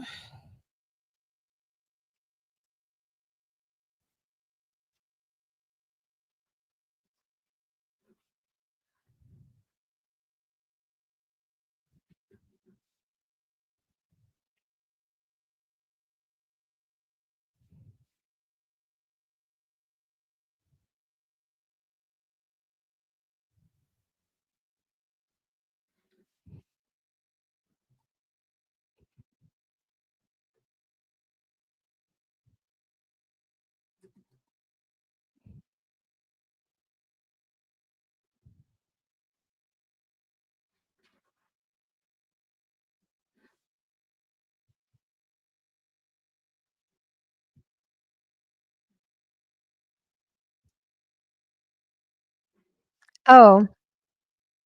You guys can't see. Sorry, guys. You guys didn't tell me that you couldn't see the screen. So can you not hear? Could you not hear anything that was going on? How long? Oh my God, I feel so bad. How long was that freaking X thing showing? Freak. Okay. Such as choreographing the scene with an intimacy coordinator, having assigned nudity rider, or simply turning off the monitors, so the scene was not broadcast to all crew on set. Okay, well, shoot. I guess you guys were confused probably because I was talking about the actor and they were talking about And it on here. their personal I'll phones play and it back. iPads. Mr. Heath and Mr. Baldoni also failed to close the 3 minutes. My bad. My bad. set, allowing non-essential crew to pass through while Miss Lively was mostly nude with her legs spread wide in stirrups and only a You guys small were forced to watch the rhymes with corn image. Sorry, it was funny. piece of fabric covering her genitalia.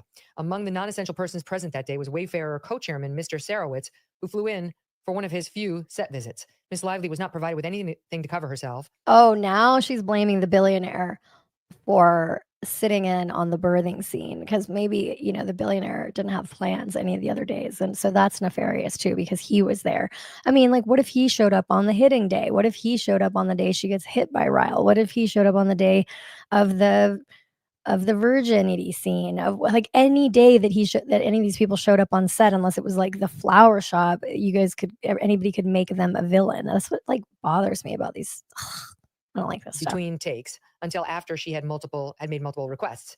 She became even more alarmed when Mr. Baldoni introduced his quote best friend to play the role of the OBGYN, when ordinarily a small role of this nature would be filled by a local actor. She felt the selection of Mr. Baldoni's friend for this intimate role, in which the actor's face and hands were in close proximity to her nearly nude genitalia for a birth scene, was invasive and humiliating. Here's my note. Oh, I have a hang now. I circled it, and this is what my note reads. Bad. Bad. That sounds bad. Okay, so Megyn Kelly's like, it sounds bad because she has the what is it, like a small piece of fabric in between her legs. That's why I was talking about that. I was talking about that could mean she was wearing a thong, but it makes it sound bad. So let's see what he says. So he doesn't bring up that the actor playing the OBGYN has a master's in acting from UCLA, but I would have said that, but maybe that can get him in trouble or something. I don't know. Megyn, when was this? Was this after the 17-point list was agreed to? I don't know. I don't remember.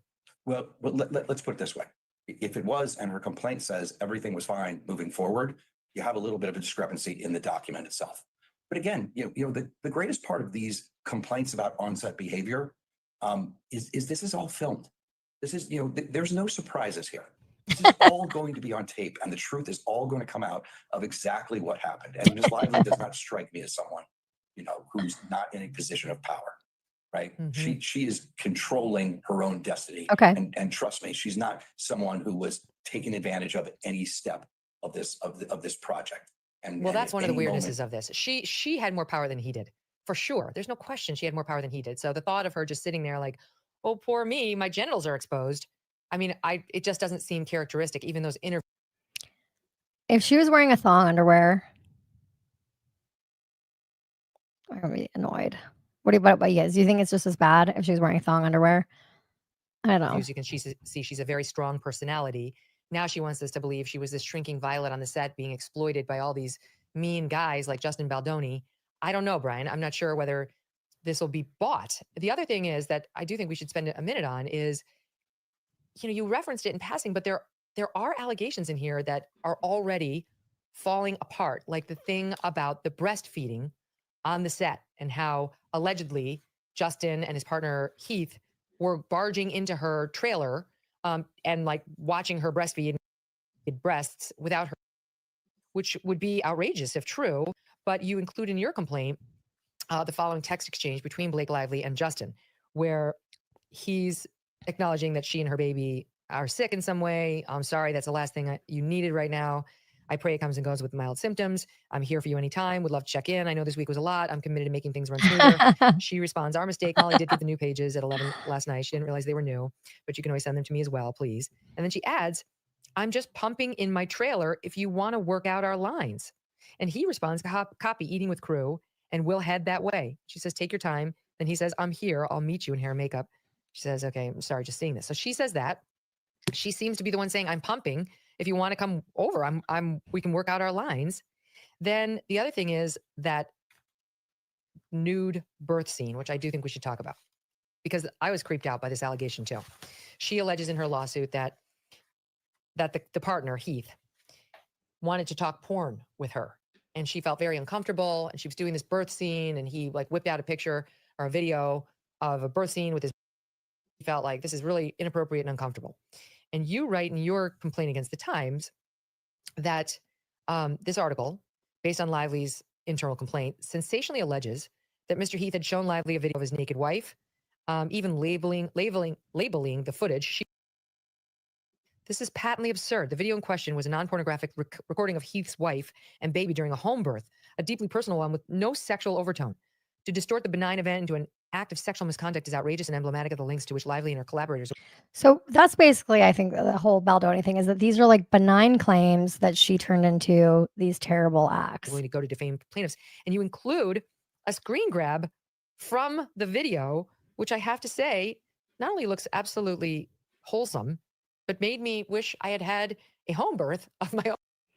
Okay, I think what he says is that he just showed a screenshot, right? He didn't That this article, based on Lively's internal complaint, sensationally alleges that Mr. Heath had shown Lively a video of his naked wife, even labeling the footage she did as pornography.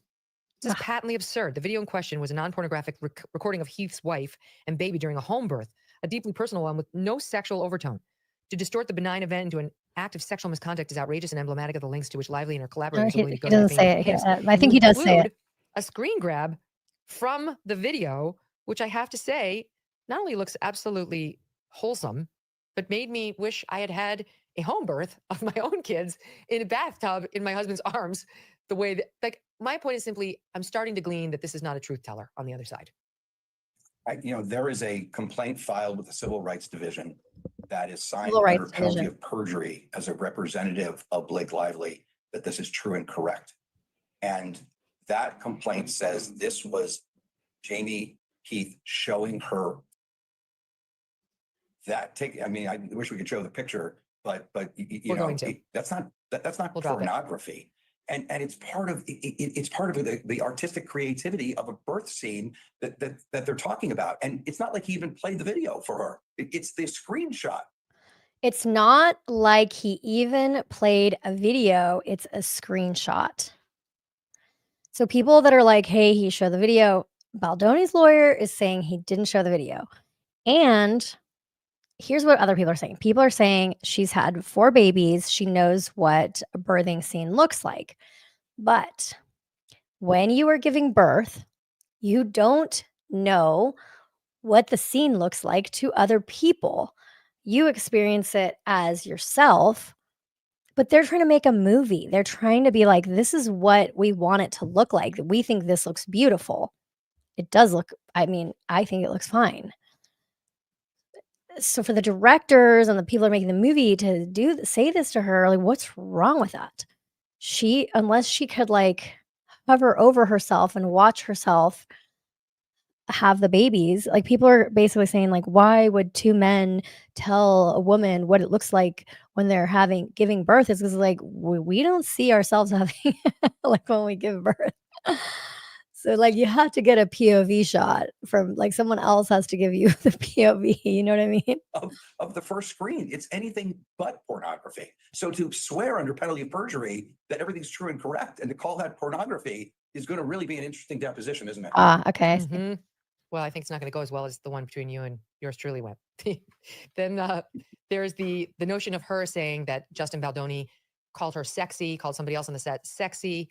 And you've got in your complaint against the Times a text exchange between Blake and Justin in which Blake Lively raises the issue of how they can make her character look sexier. And she writes, we'll show you both ways. It's something about a hat, but beanie is much sexier. It's the look. Feels TV without, and then goes on, especially with a crop top in the snow. It justifies the rest of the skin and ba, ba, ba, ba, ba. And so your point is simply, it's one thing for her and her lawsuit to say, oh my God, he's like calling her sexy. And then you see they were discussing what would make the character look sexy. So it's like there really are some contexts to the discussions that have been blasted all over the New York Times in this lawsuit. And I mean, my own feeling in seeing all this, Brian, is just like withhold judgment. You know, we've been doing trial by media for years now, and it doesn't work well. It really doesn't. No one takes the time to go through a responsive document like the one you filed. Most lawyers don't file a responsive document like you filed. They don't fight the PR war and then they lose it. So what's your prediction of where things go from here? I mean, my prediction is that this is going to get worse and worse for Blake Lively. And the reason it's going to get worse and worse is people are going to be more comfortable telling the truth.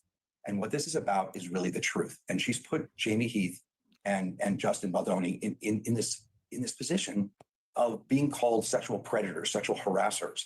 They have no choice but to go all the way. No choice. So, we're going to go all the way. And the unique thing, again, in this case is going to be, we're going to put every single text message out there. We're going to put every email out there. We're going to put every document out there that's relevant to the case, not something that's disrespectful or otherwise would embarrass Miss Lively, because that's not what we want to do. But we want to make sure that people have the facts and people can make their own determinations as to what happened. I think I can answer this. Somebody says, I want to know, Leo says, I want to know why the New York Times would sensationalize their story and manufacture a narrative instead of seeing the whole story and telling that, because the New York Times doesn't care about that. They want to be on the right side of woke. They want to be on the right side of the Me Too movement. They want to sell newspapers. They want to make Ryan Reynolds happy. They want to, we're all listening to the story because the New York Times broke it. So they want to be first. Yep. Sure. Could people have felt comfortable during filming? Absolutely. It's an uncomfortable situation at times when you have sex scenes and when you have domestic violence issues, and that's what you're talking about. But Justin is the kind of person that takes responsibility for it. That if he knows about something that someone feels uncomfortable with, he's willing to change. He's willing to take responsibility for it. That's who he's about, right? He's not a sexual predator, not even close. And for her to weaponize that, I agree. that it's to take over this really film, gnarly to say that in makes me Hollywood. question what's really going on. And this power couple and this power dynamic are using that power to be able to try and really destroy someone's life. Both Jamie and Justin are married. They have lives. Justin has children. They have to listen and read about this. It's terrible. It's terrible for their careers. Their careers are over unless we fight back, and we will fight back like no one has ever fought back. Do you think Ryan Reynolds was responsible for WME, which I think is his agency that he's represented by, dumping Justin? I don't know, because I don't know the facts of whether he's responsible or not. But certainly coincidence is an indicator of truth. Finally, her lawsuit claims that she suffered too. Claims that her hair company got attacked online unfairly by bots with no followers, disparaging it. She's got a line of hair care products. That her booze company, she doesn't drink apparently, but she's got a booze. So there was one thing, another one for Lively fans that I wanted to bring up. So I think in one of the lawsuits that they were saying, I think like the PR people were saying, like, it's not actually bots. So one of the things you can do if you want to do something like that's AKA like astroturfing is you can go to a site called like talkcomment.com. Okay. You can go to Talk Comment and you can upload a photo. I'll just do this photo of my stream. And then I can say,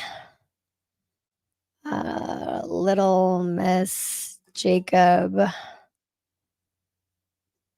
test bot. I'll just call LMJ test. Oh, LMJ test bot. Okay.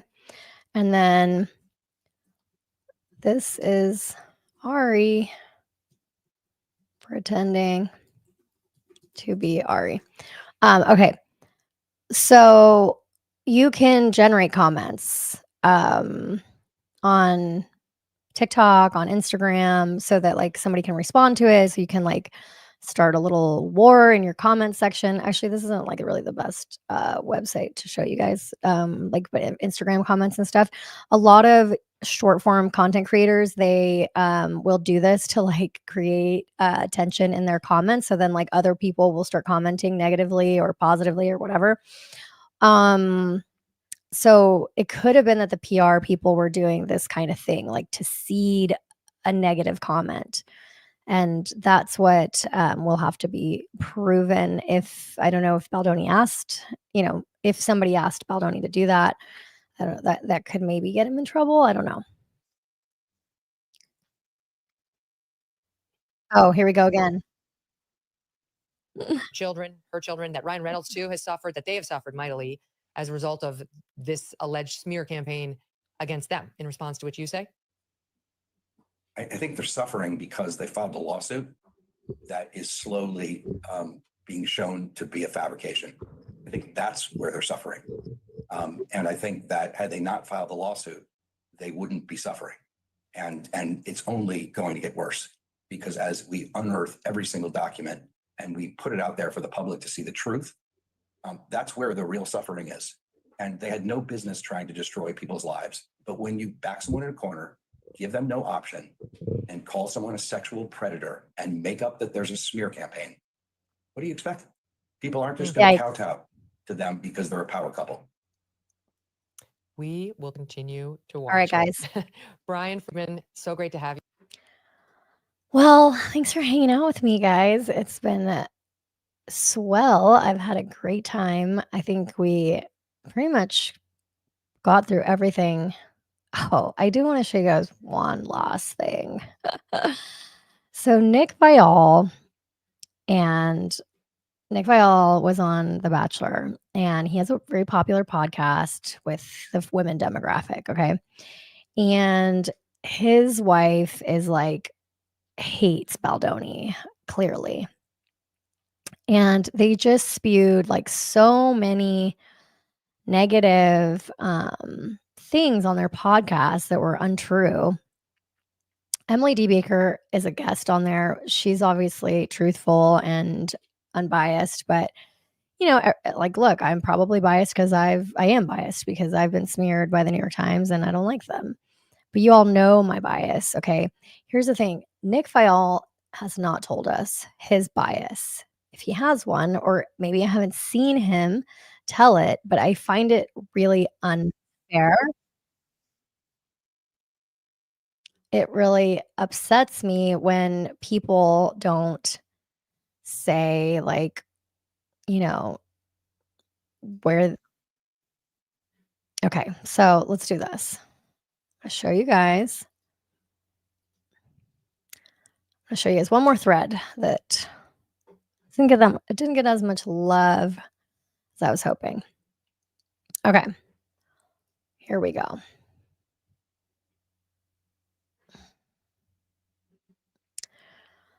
This is a very complete picture of everything that I have said online. Nick Viall gave Gypsy Rose Blanchard a platform, enough said, yeah. Yeah. Ashley, I just think it's hilarious that Nick Viall, of all people, decided a white knight on this. Well, I have a theory, too, on this. Okay. This is what I said. Listening to Nick Viall and co. dissect the Blake Lively versus Justin Baldoni complaint, it's clear that they see it as absolute and damning. But having lived through manipulative lawfare and PR myself, I know it's never that simple. So here's Mr. Baldoni, without Miss Lively's knowledge or consent, personally added graphic content, including a scene in which Miss Lively was to orgasm on camera. Like, what the fuck? And then he added them because he was making the film.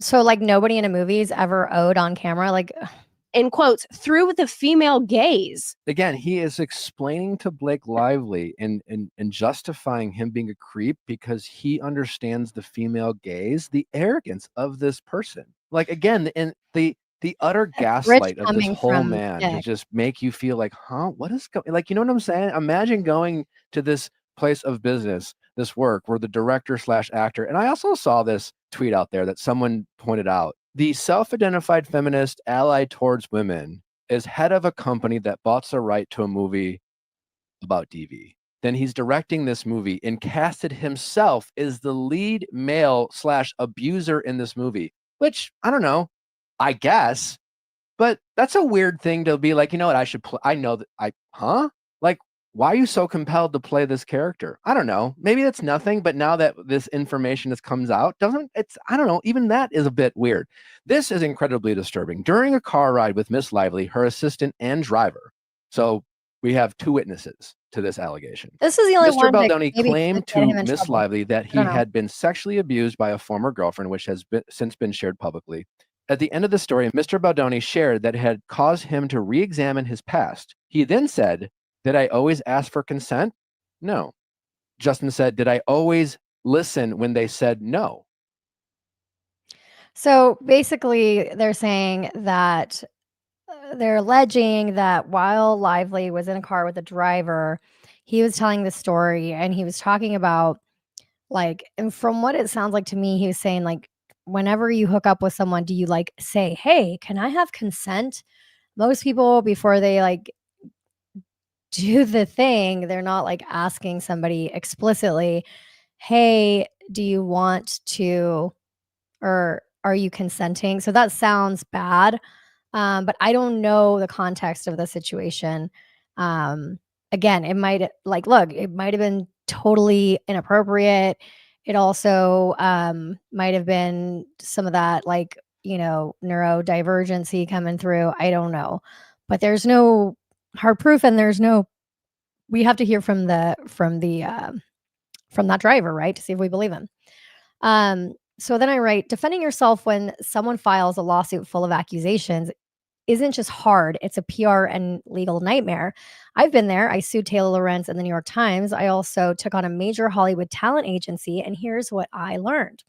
A complaint is not a verdict. It's a one-sided story written to be as persuasive as possible. Often it's designed to weaponize public perception before a trial even begins. In my case, I saw how powerful players used media spin to discredit me before I could respond. I know firsthand how messy accusations can get, and in my case, a complaint was filed with the California Labor Board against me. I firmly believed it was baseless. It claimed I didn't have a talent agency license. I did.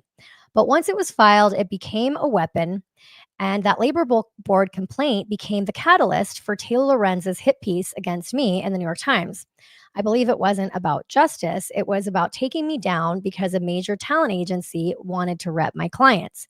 Brittany Tomlinson, and others. Here's the thing. The case never went to court. I believe that that's because the accusers never had the evidence to prove their claims. Who knows? We settled instead, but the damage was already done. This is the another one that got written after the New York Times came out. Kombucha Girl, Brittany Broski, and her former power manager to the stars. Hey, that makes me sound pretty cool, actually. Her former power manager of the stars withheld over $20,000 from her in a state labor complaint. Not true, but sounds pretty bad, doesn't it? Yep. And they said I didn't have a talent agency license. Oh, weird. There's my talent agency license. Influences Inc. right there. But they wrote the article anyway, and I was the bad guy. What's the point? Filing a complaint is easy. Winning a case with evidence is not. I see echoes of this in the Justin Baldoni situation. A complaint can be strategic. It can shift public perception, create pressure, and discredit someone before they ever get a chance to defend themselves. If you've never been through it, it's hard to understand the toll. Watching this play out with Baldoni, I can't help but wonder how much of this is about accountability and how much is about power plays behind the scenes. This was before Justin came out and spoke. I said, lawsuit complaints are rarely about just the facts. They're a chess game, leaking strategic details, controlling the narrative, dragging things out to exhaust the other side emotionally and financially. This isn't me defending Baldoni. It's me saying, hey, there's always two sides of the story. And I'm not saying Lively's claims aren't valid. If what's alleged was done in retaliation and with malicious intent, it's bad. But dismissing Baldoni's right to defend himself sets a dangerous precedent. We've seen what happens when public opinion becomes judge and jury.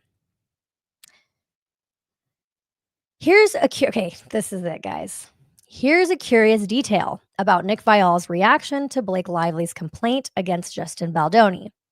Unless I missed it, Nick Viall did not disclose that he appeared on the Man Enough podcast produced by Baldoni's Wayfarer Studios back in 2023.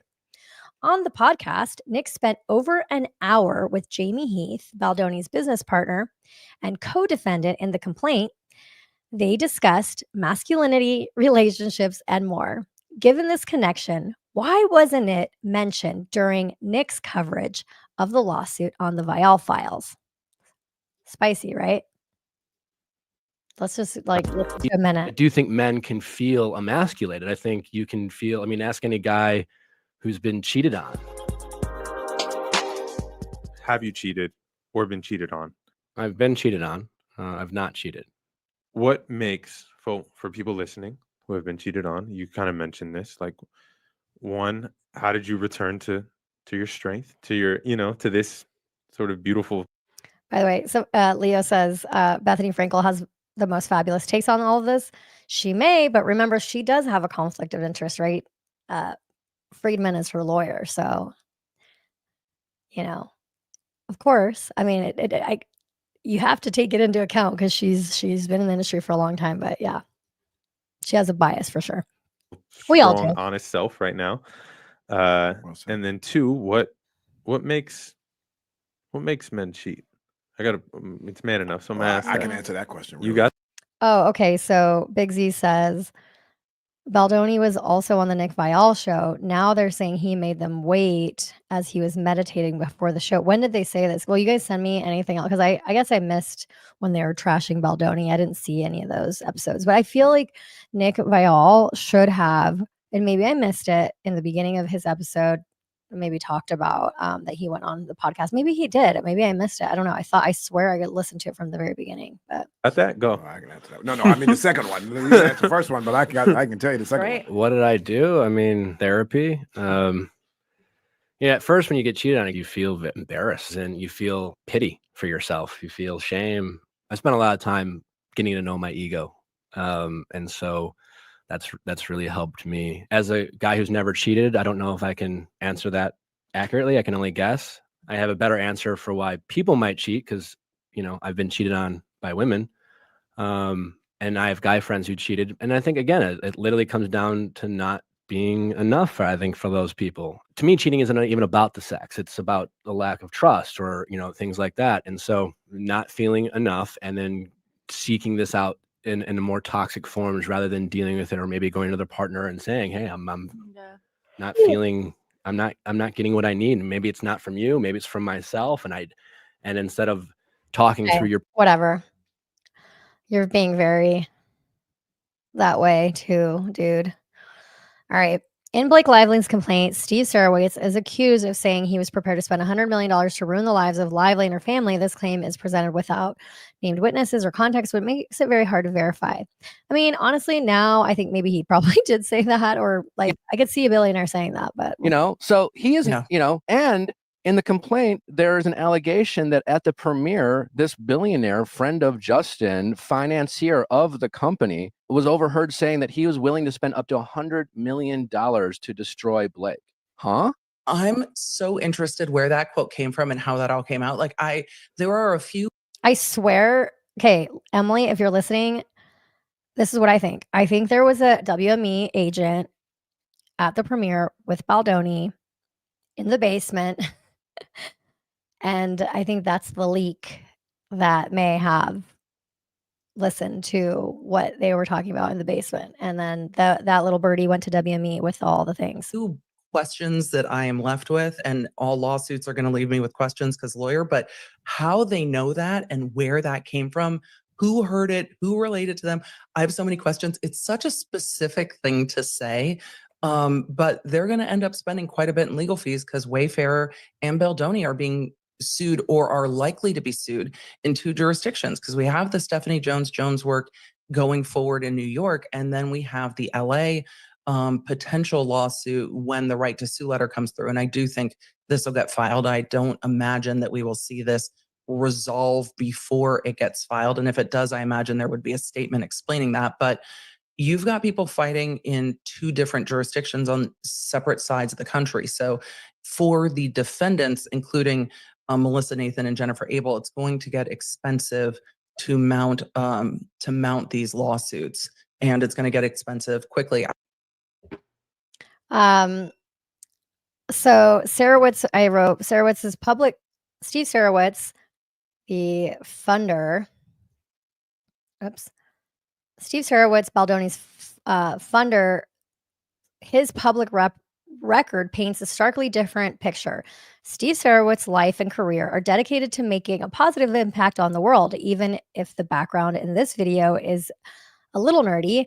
It's worth seeing who they're talking about. Sarowitz has Sarowitz has committed to donating the vast majority of his wealth to charitable causes through the Giving Pledge. His focus is on improving education, combating inequality, and fostering global understanding. Sarowitz has invested millions into projects that aim to bridge cultural divides and uplift underserved communities. His financial support extends to programs that provide education and resources to marginalized populations. The alleged statement that Sarowitz was willing to spend $100 million to ruin the lives of Lively and her family seems fundamentally at odds with all these well-documented efforts, but maybe he was really upset. My philanthropy So let's listen to Steve Sarowitz. is the Wayfarer Foundation as well as the Julian Grace Foundation. My goal is to give away the great majority of my fortune during my living years, and actually by my early 70s. I'm 58 right now, and I'd like to give away the great majority of my fortune by my mid 70s. So Steve, if you're watching, I do want to write a book about my battle with the New York Times and with the crazy TikTokers. So if you want to fund my book or, what's it called? Produce my movie. I kind of want it to be like Molly's Game meets like The Social Network. Okay, we'll talk. Early to mid 70s, and then just live on a small fraction of it the rest of my life. My goal is to kind of do this while I'm alive, to do as much good for the world as possible. I don't believe it makes sense to have, as a Baha'i, I don't believe it makes sense to have extremes of wealth and poverty. So my goal is not to accumulate a fortune and just keep it and have a yacht. My goal is to accumulate a fortune, actually not even to accumulate a fortune. I happen to have accumulated a fortune, but to take this fortune I've accumulated and use it in the service of humanity. And then in terms of businesses, every new business that I invest in or start in is generally also for the good of humanity as well. So I'm investing in things that both in the nonprofit and for-profit world, which are in line with my Baha'i faith and the oneness of humanity. What I think long-term. So whatever Blake Lively did was not in oneness of humanity, probably according to Steve Sarowitz, right? I don't know. So even if the statement was made, big if, context matters. Was it out of frustration, a heated moment, or maybe just an exaggerated reaction to feeling attacked? Jumping to conclusions without receipts isn't the way to go. Okay, this is actually funny. I think it's funny. If anybody that knows my story might think it's funny. So I posted this funny cartoon that's supposed to be Taylor Lorenz, and that's me. Or I don't know, maybe that's a publicist looking at the phone. I don't know. I said, how damning would it be if someone found a text from a consultant that I hired back in 2020 that said, how damning would it be if someone found a text from a consultant I hired that said she wants to bury her, and everyone assumed it was me talking about Taylor Lorenz? Would that mean that I orchestrated a smear campaign, or just that I wanted to protect myself after she destroyed my business, credibility, and relationships? Feels like context matters, doesn't it? My point was, like, if I texted, Ashlyn, uh, you know, if I texted her and said, I want to bury her, and I was talking about Taylor Lorenz, like, would that be damning, or like, does everybody kind of know that, like, I want to bury her with karma? You feel me? Because like, it's the truth. I want to bury her. You know, maybe I would say that. And then I wrote, the answer is, how damning would it be? Not that damning. Why? Because it's human nature to dislike someone if they manufacture false stories about you, get your friends and colleagues to think you're a monster, etc. So to be clear, I'm not saying this is what Lively did. I actually believe maybe she was just like overly sensitive about a lot of things, but Baldoni is a human. If you expect someone to stand down when they feel unfairly treated, not protect their reputation, or be allowed to share their side, you're actually not thinking logically. So, yeah, you know, I'm sure there's some spicy texts about me talking about Taylor Lorenz. You know, I wasn't so kumbaya like what's his name? Like Justin Baldoni about my situation. So Nick Viall points to cast and crew rallying behind Blake Lively as proof that her allegations against Baldoni must be true. Public statements of support, the ultimate mic drop, right? No. I've lived this, and when Brittany Tomlinson accused me of not having a talent agency license, a claim that was completely false, by the way, people didn't just unfollow me, they publicly supported her. Why? Because it's safer to align with the loudest voice. Uh-oh.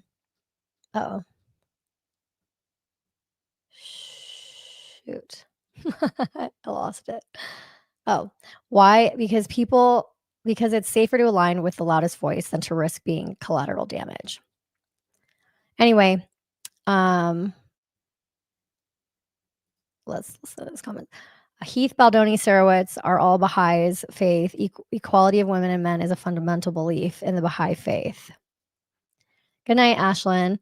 Dana, I have a few questions. Maybe someone can answer me. Who casted Blake Lively in the movie? Two, who came up with a marketing plan? So there, Friedman, Baldoni's lawyer, is saying that Blake Lively took over the marketing. I don't know if that's true.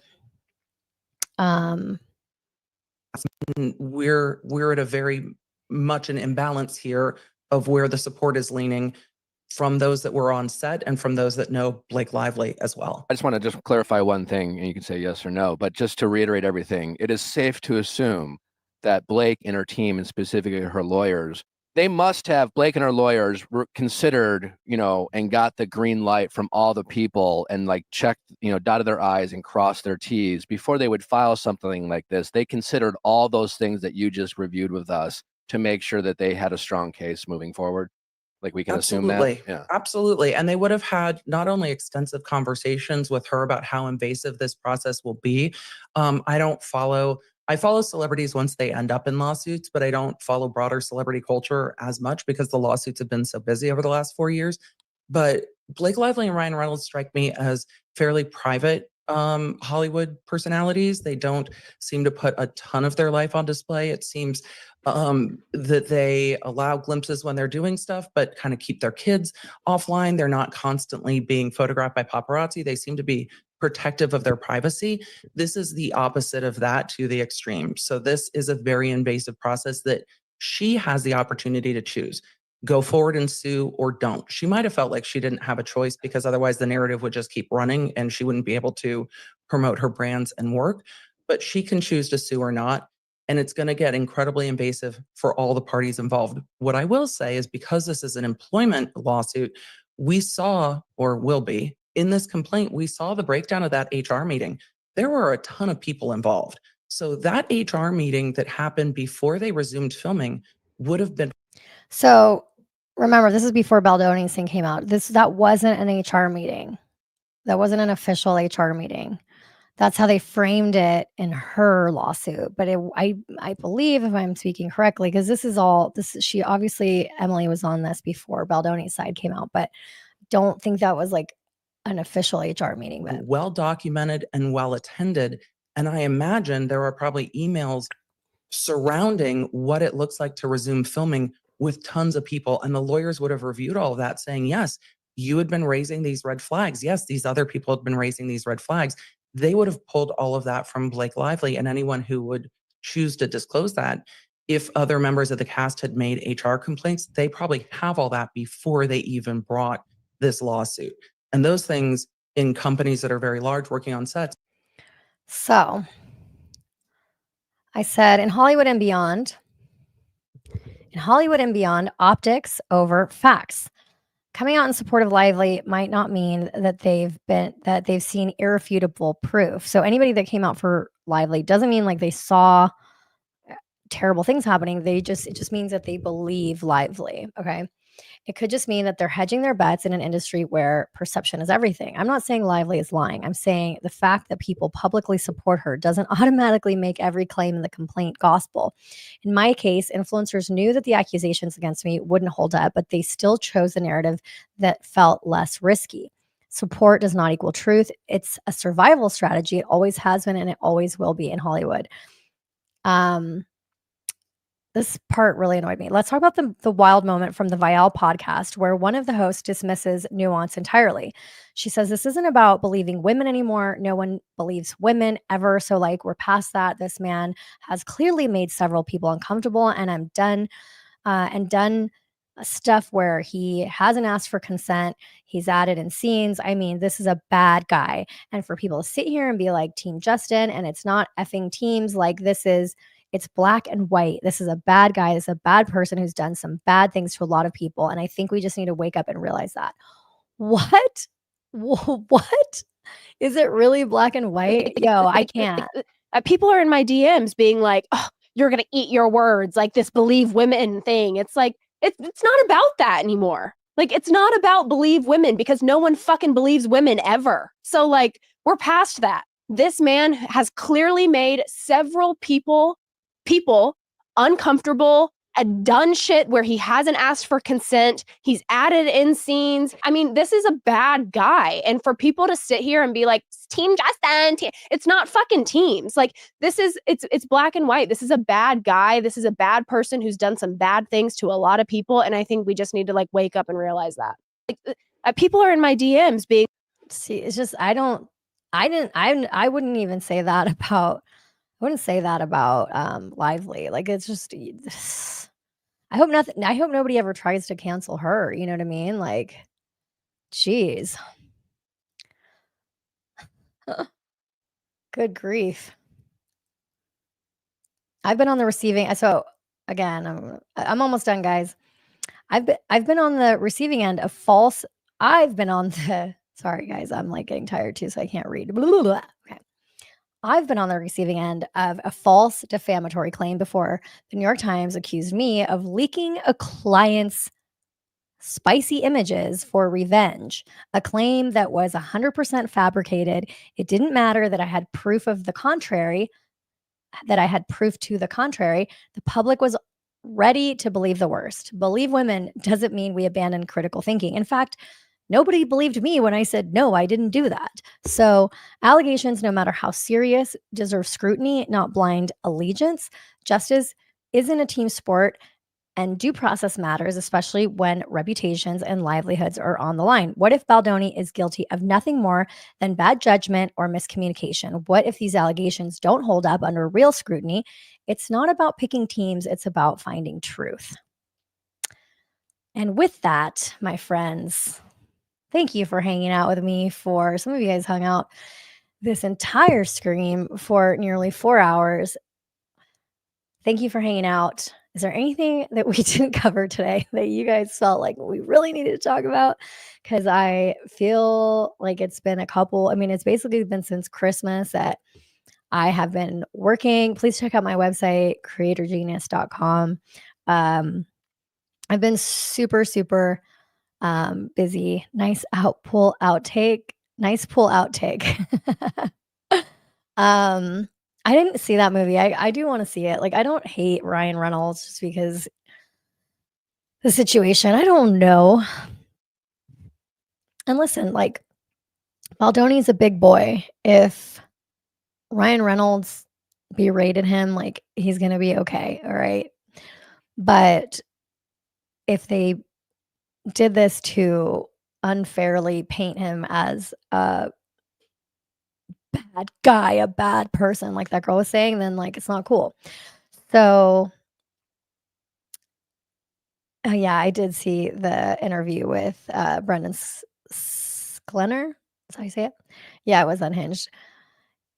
Anyway, thank you guys for hanging out, and I'll try to do this again. Happy weekend, and go to church tomorrow.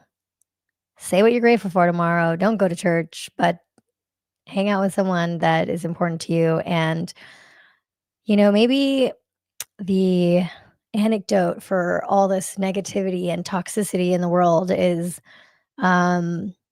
to just be nice to somebody, be nice to yourself. And yeah, so I'll see you guys next time. Thanks for hanging out. Bye bye.